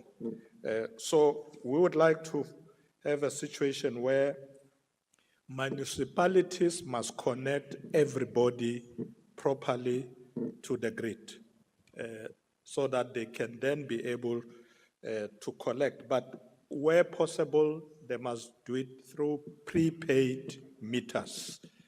Because I know that if I don't have money, I won't have electricity. But if I'm connected, if I don't have money, I'll continue to use it. And the next thing I say to ESCOM, well, I can't pay. So I think that's what we should do. Thank you, Honorable Member, for the question. Thank you, Deputy President. I'm now going to revert back to the Honourable Ngubeni, who seems to be online. Honourable Ngubeni, please proceed.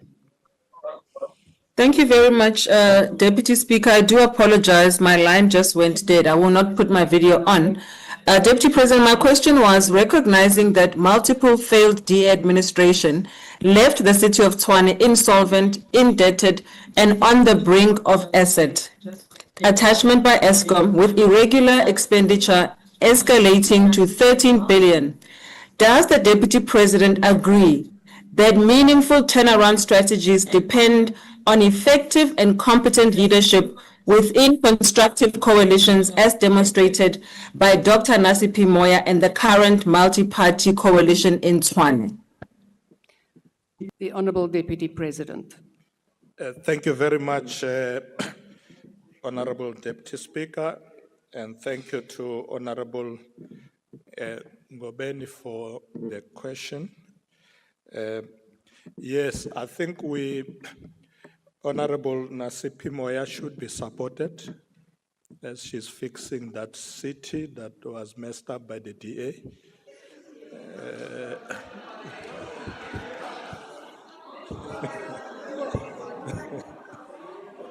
She really has my support. Yes. You know, the problem is that some of us, particularly the DA, we don't want to accept when our members are messing up. Please just accept that no, in Tshwane, no, you failed. Because once you accept that, you'll be able to put better people. But the problem is that the DA continue to protect somebody who's failing them. So I support Dr. Nasipi Moya, fix the city of Tshwane, so that DA can learn something from others as well. Thank you very much, Honorable Speaker, Deputy Speaker. The next supplement, Honourable Lonzi, what is your point of order? No, thank you, Deputy Speaker. No, I just wanted to remind, I think the President forgot MMC Obakeng and MMC Chekofatso in the city of Tshwane. Thank you, Speaker. Honourable Member, that is not a point of order. We will proceed, and the next question is asked by the Honourable Molefe. Thank you, Deputy Speaker.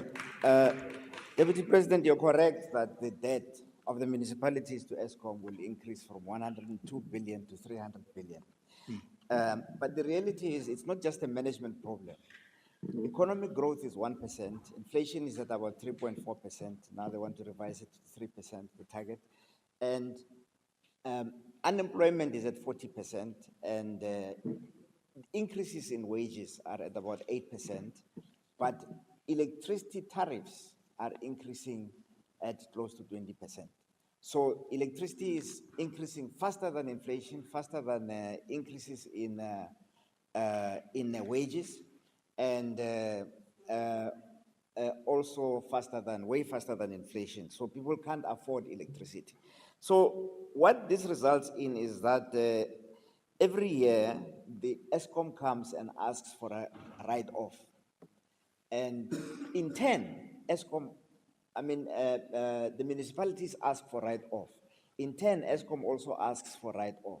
So my question is, what kind of debt management strategy, or what is the basis of the philosophical... Honourable Member, your time has expired. What debt management strategy is behind all of this mess? Thank you. The Honourable Deputy President. Thank you, Deputy Speaker. I was already reading his mind of what you want to ask me. The proper debt management strategy is that must ensure affordability. It's something that we're discussing with the Minister of Electricity recently, that sometimes as South Africa, we've priced ourselves off the market. You have seen with Honorable Molefe, with the smelters. For instance, we lost a lot of smelters because of the price of electricity, and they would go to other countries and so on. Now they are coming back because we are managing the price of electricity down. And the reason why that is so is because of the success of generation. Many of our power stations are coming on board now and so on. So you are quite right that electricity in South Africa is expensive. And the way we must do it is to ensure that we generate enough to ensure that we can keep the prices affordable. I can't say you can keep it down, but there is enough effort from national government to ensure that we make it affordable to our people, but to industry as well. Because when electricity is expensive for the industry, they leave and go to other destinations. So it's something that we are quite conscious of, to ensure that we keep tariffs affordable to South Africans by generating enough and making sure that the power stations are working and so on, so that people don't leave and go to other destinations. But I take your point that we must continue to look at this, the price of electricity. Yeah. There's another howler next to me making a good point. Honourable members, honourable members, may I also remind you that we do not have interpersonal discussions. Please speak through the chair. Deputy President, have you concluded? Yes, I've concluded to say that industry needs affordable electricity, household needs affordable electricity. If we continue to generate, I mean, the good news is that the energy availability factor is quite at a good level. I'm sure you've heard the Minister of Electricity say for the first time we're hovering about 70% of electricity availability. So we are in a good space to be able to ensure that we provide affordable electricity across the board, to industry, to households, to the smelters, and to everybody. And that's how we can grow the economy as well. And as long as the economy grows and grows faster, you can keep the price of electricity affordable. Not an easy thing, but we are trying our best. Thank you, Honourable The Deputy last Speaker. supplementary question, Honourable Molefe, is it a point of order because you cannot now go into a debate with the Deputy President? No, I'm not going into a debate. I'm just saying, I think the Deputy President missed my question because my question really was about the strategy to manage these write-offs and the debt that accumulates as a result of this pricing. I agree with him that we've got a problem of pricing, and he just repeated that we have a problem of pricing. But what is the strategy to get out of the Thank debt you, write-offs? Honourable Member. I will allow the Deputy President, we have allowed it earlier, that a question be answered. Afterwards, Deputy President. Thank you, Honourable Deputy Speaker. Honourable Molefe, it's really an ESCOM management tool, so to speak.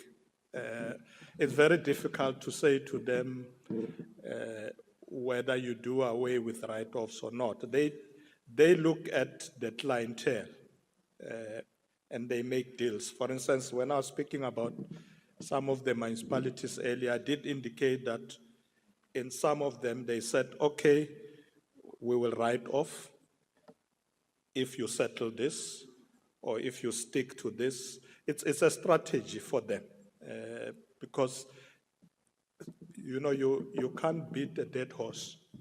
It won't wake up. So ESCOM sometimes decide that here it doesn't matter what we do, we won't get the money. But if we write off, the dead horse will wake up. It can now afford going forward. But if you want to deal with the backlog, it won't wake up. It's dead. So, but it's their strategy. I'm just thinking aloud. I'm not sure what they are thinking as ESCOM, but I can say that they're not taking only that strategy of write-off. In some instances, they insist. That's why they came with this DAA, where they enter into agreements with municipalities, and it is working. So it's a multi-pronged approach that they are using. Thank you very much, Honourable Deputy Speaker. Thank you, Honourable Molefe. The last supplementary question will be asked by the Honourable Kwankwa.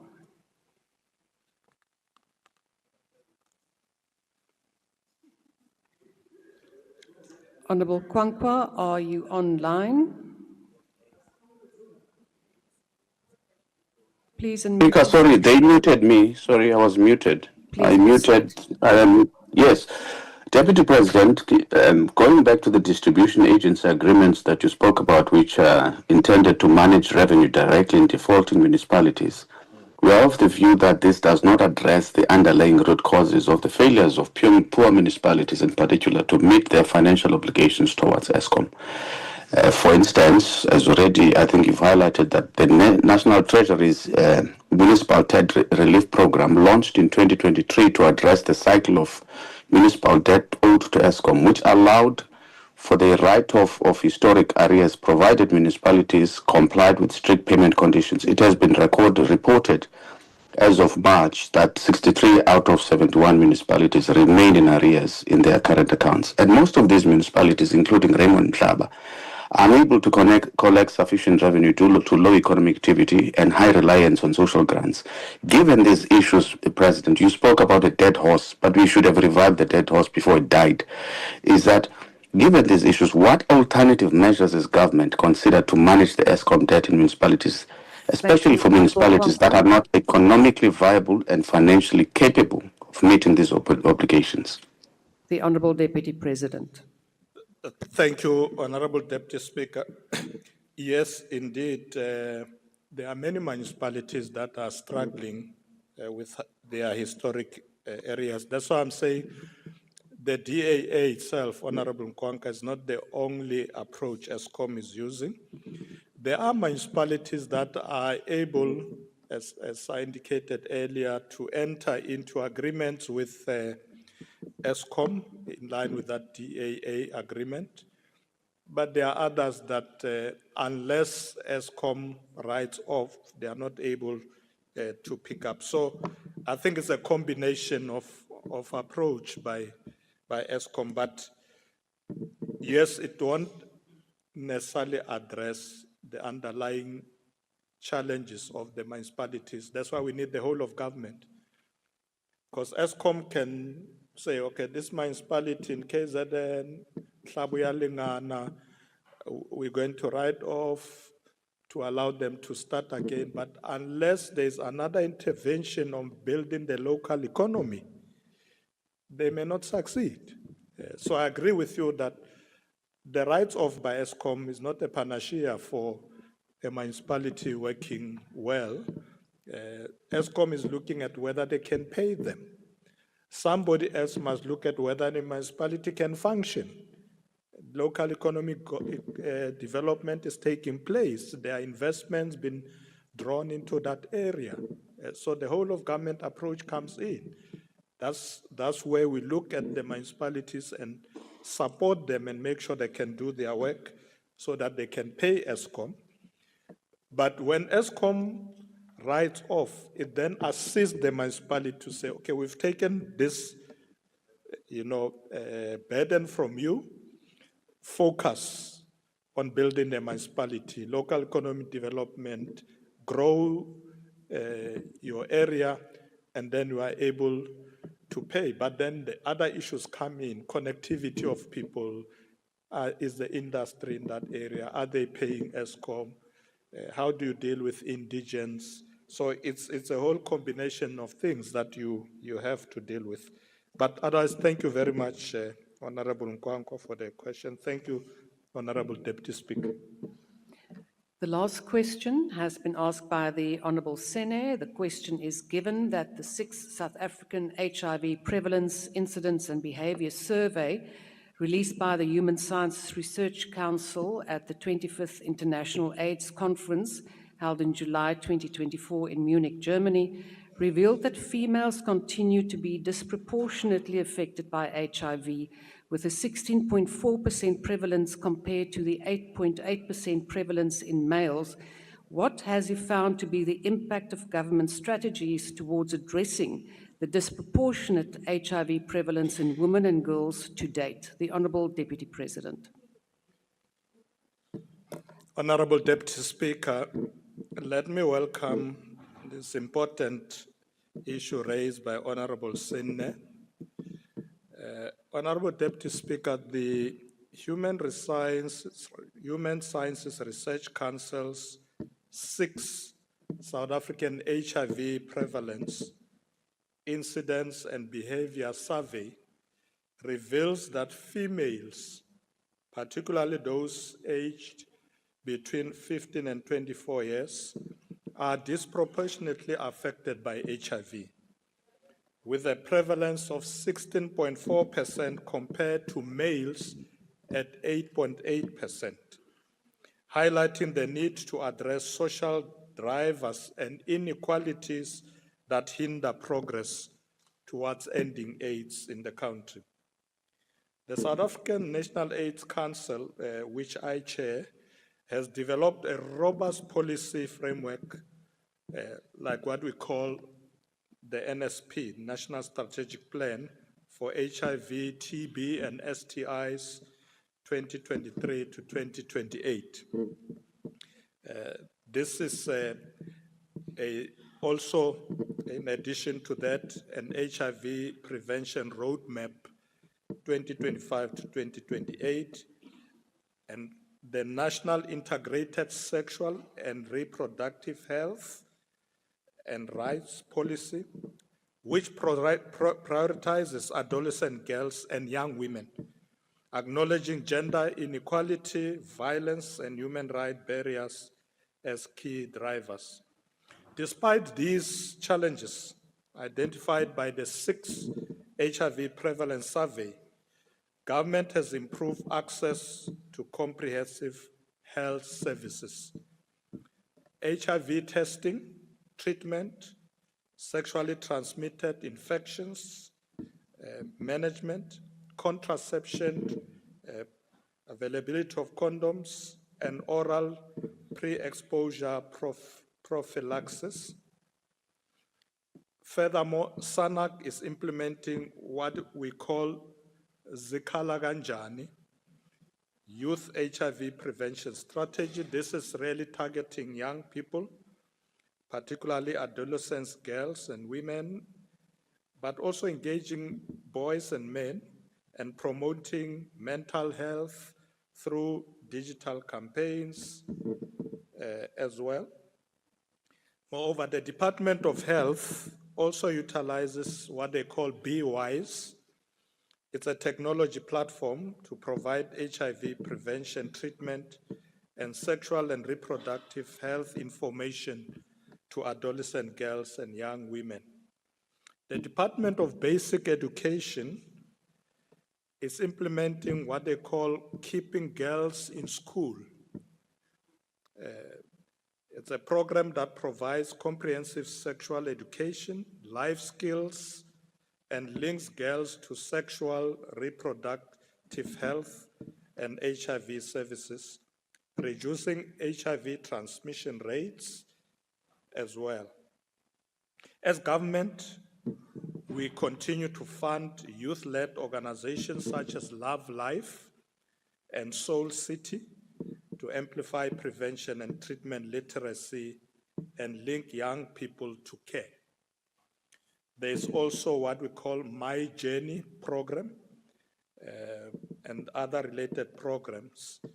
Hundreds of thousands of adolescent girls and young women, including young men, have been reached through these services that they cover testing, pre-exposure prophylaxis, gender-based violence prevention, psychosocial support, and education subsidies.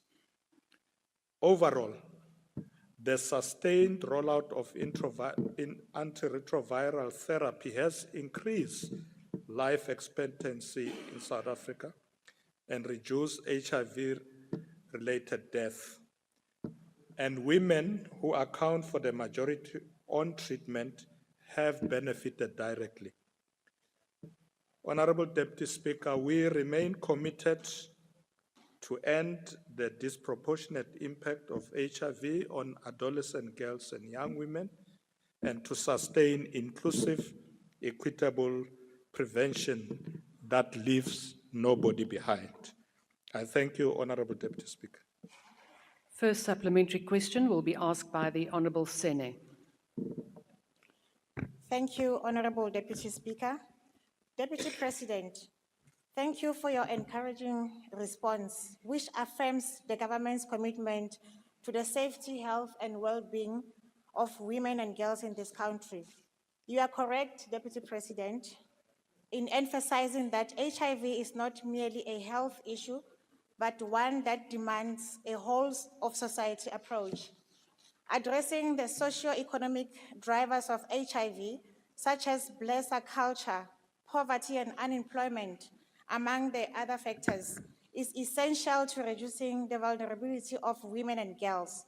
Furthermore, concerted efforts must be strengthened to promote educational programs and ensure equitable access to prevention, treatment, and psychosocial support to those in need. Therefore, Deputy President, with while we appreciate the crucial and critical programs you have mentioned, such as Be Wise and Zikhala Kanjani, it is equally important to assess their effectiveness in helping to reduce the high prevalence of HIV among women and girls in the country. To this end, Deputy President, how is the impact of these programs measured, and how are the findings used to inform future planning and interventions? Thank you very much, Honorable Deputy Speaker. The Honourable Deputy President. Thank you very much, Honorable Deputy Speaker. Honorable Senator, you're quite right. We need to assess the impact. You'll recall that I did say earlier that our NSP, which is our plan in this regard, the National Strategic Plan, is looking at the period up to 2028. So we continue to measure as we move in that direction, because our idea is that by 2028, we want to have made a major impact in reducing the challenges of HIV and AIDS in the country. The idea is really to completely get rid of AIDS. So we're going to assess that NSP and look at its impact. There are also campaigns like She Conquers, which were brought to the national platform so that it can benefit young women and girls as well. So these programs are very important, but you're quite right, they need to be monitored, and we need to measure their impact and evaluate. So we will do so ahead of, before we even reach 2028. SANAC is going to measure and see whether we are making progress. If you look at some of the reports that we have given, you'll see that in many of our interventions, we are hovering around close to 95%. We're a bit lower in terms of treatment, particularly when it comes to men, and that's where we are focusing with the Minister of Health to encourage men to take treatment. I think there we are hovering around 86%. We're a bit behind when it comes to men, but we are monitoring that. And some of these campaigns that we are now implementing are particularly going to encourage, firstly to ensure awareness, proper awareness, but also to ensure that people take treatment as is provided in our clinics. And that focus around treatment, especially on men, that's what we're going to do. But we should be able, before 2028, to evaluate and see the proper impact of our interventions. At the moment, we are making a lot of progress, really hovering around 90%, 95%. We're getting there, but it really needs the communities to participate, to do their part, to take treatment, to ensure that they take our message of prevention and so on. But thank you very much for the question. The second supplementary question will be asked by the Honourable Clerk. Thank you, Deputy Speaker. Honourable Deputy Minister, as we all know, on Tuesday, SAPRA released a report to say that lenacapavir is now finalised and will be rolled out into the market February 2026. This is a game changer for HIV treatment. What is the department's communication strategy regarding the rollout of lenacapavir, and to ensure that it addresses the disproportionate HIV prevalence in women and girls, and will government be able to fund this rollout? I thank you. The Honourable Deputy President. Thank you, Honourable Deputy Speaker. Thank you, Honourable Member, for the question. I haven't really discussed this matter with the Minister of Health in terms of their strategy. and how they are going to intervene in this regard. We are planning a meeting of SANAC in the coming few weeks to deal with that. But the Minister of Health have assured me that at the moment they are able to operate and ensure the implementation of all these programs. You will recall that even when there was a threat that, funding is going to be cut, particularly the PEFA funding from the US, we were able to indicate that we'll still be able to implement our programs because we had budgeted quite sufficiently to be able to do this on our own. We were, of course, the portion of our budget, about 8 billion rand, comes from the PEPA funding from the US. In terms of the plan of the new administration to cancel that, it would have probably end sometime next year. But there has been some discussion that they may not necessarily cancel that. So all the programs that are coming our way, the Department of Health should be able to implement them. But we'll come back to you with what is a proper plan, having discussed with the minister. I can't say it right up front until I discuss with him. But thank you very much for the question. The third supplementary question will be asked by the Honourable Maki. Thank you so much, Honourable Deputy Speaker. Honourable Deputy President, how is the department improved HIV education and youth engagement through digital platforms, peer networks, and school-based interventions to reach vulnerable teenage girls, especially those outside the formal education system? Thank you. Honourable Deputy President. Thank you, Honourable Deputy Speaker. Thank you, and Honourable Maki. Yes, our focus, as I said earlier, is on adolescents, young girls, who we see are very vulnerable in this regard. So we're focusing a lot on them in terms of the awareness campaign, reaching up with education, what they need to do to protect themselves, etc. Those are all the programs that SANAC is pushing. The good thing with SANAC is that it's not a government department initiative. It's broader. We have, in SANAC, we have the private sector, we have NGOs. So it's a very broad, multi-sectoral approach that makes us to reach out to a broader society. We're able to reach out to schools and various other institutions.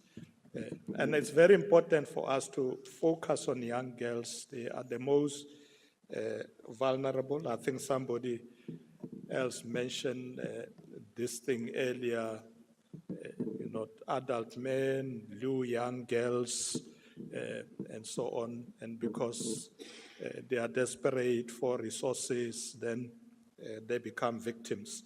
So we have to focus on that. But on the other hand as well, we must focus on the men themselves to make sure that we deal with this problem. But otherwise, we take it as a very important priority to address young girls and young women. Thank you, Honourable Maki. Thank you, Honourable Deputy Speaker. The last supplementary question will be asked by the Honourable Zibi. I see it is the Honourable Ghana.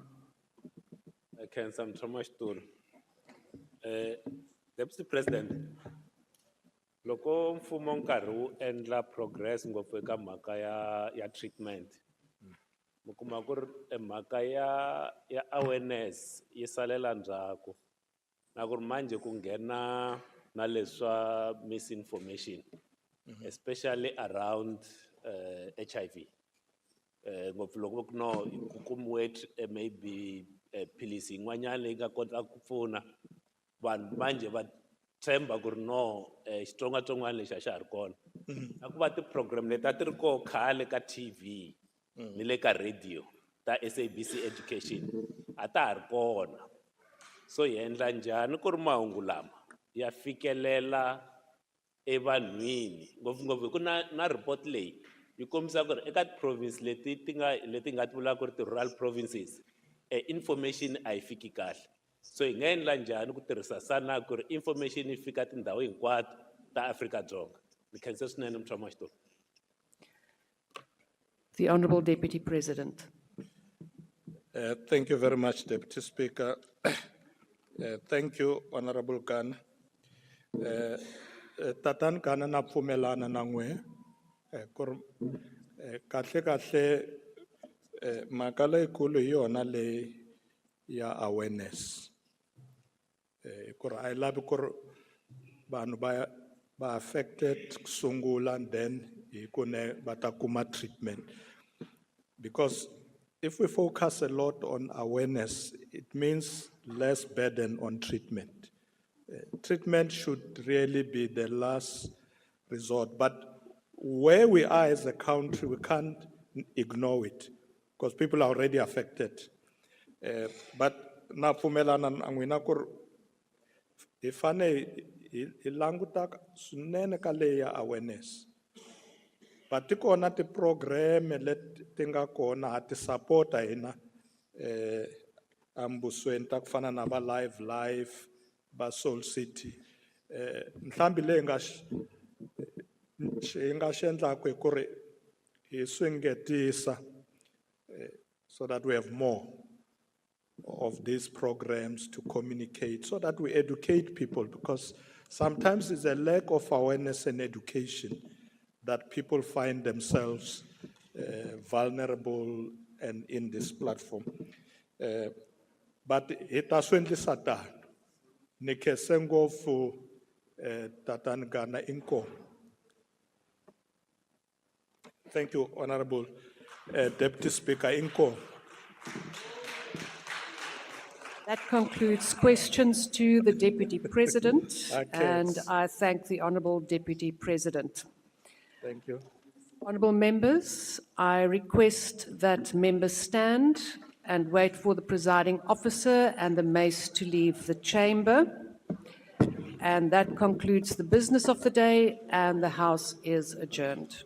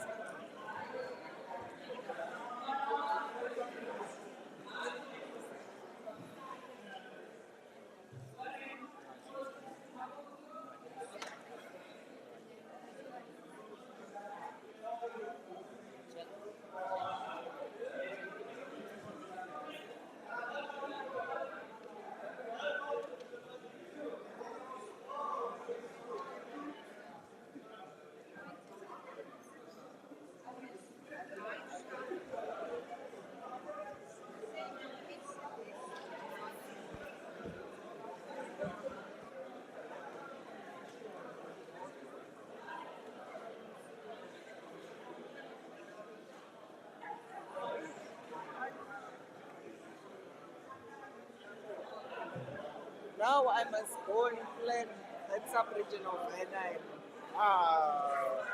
Yes, when I are going to heading.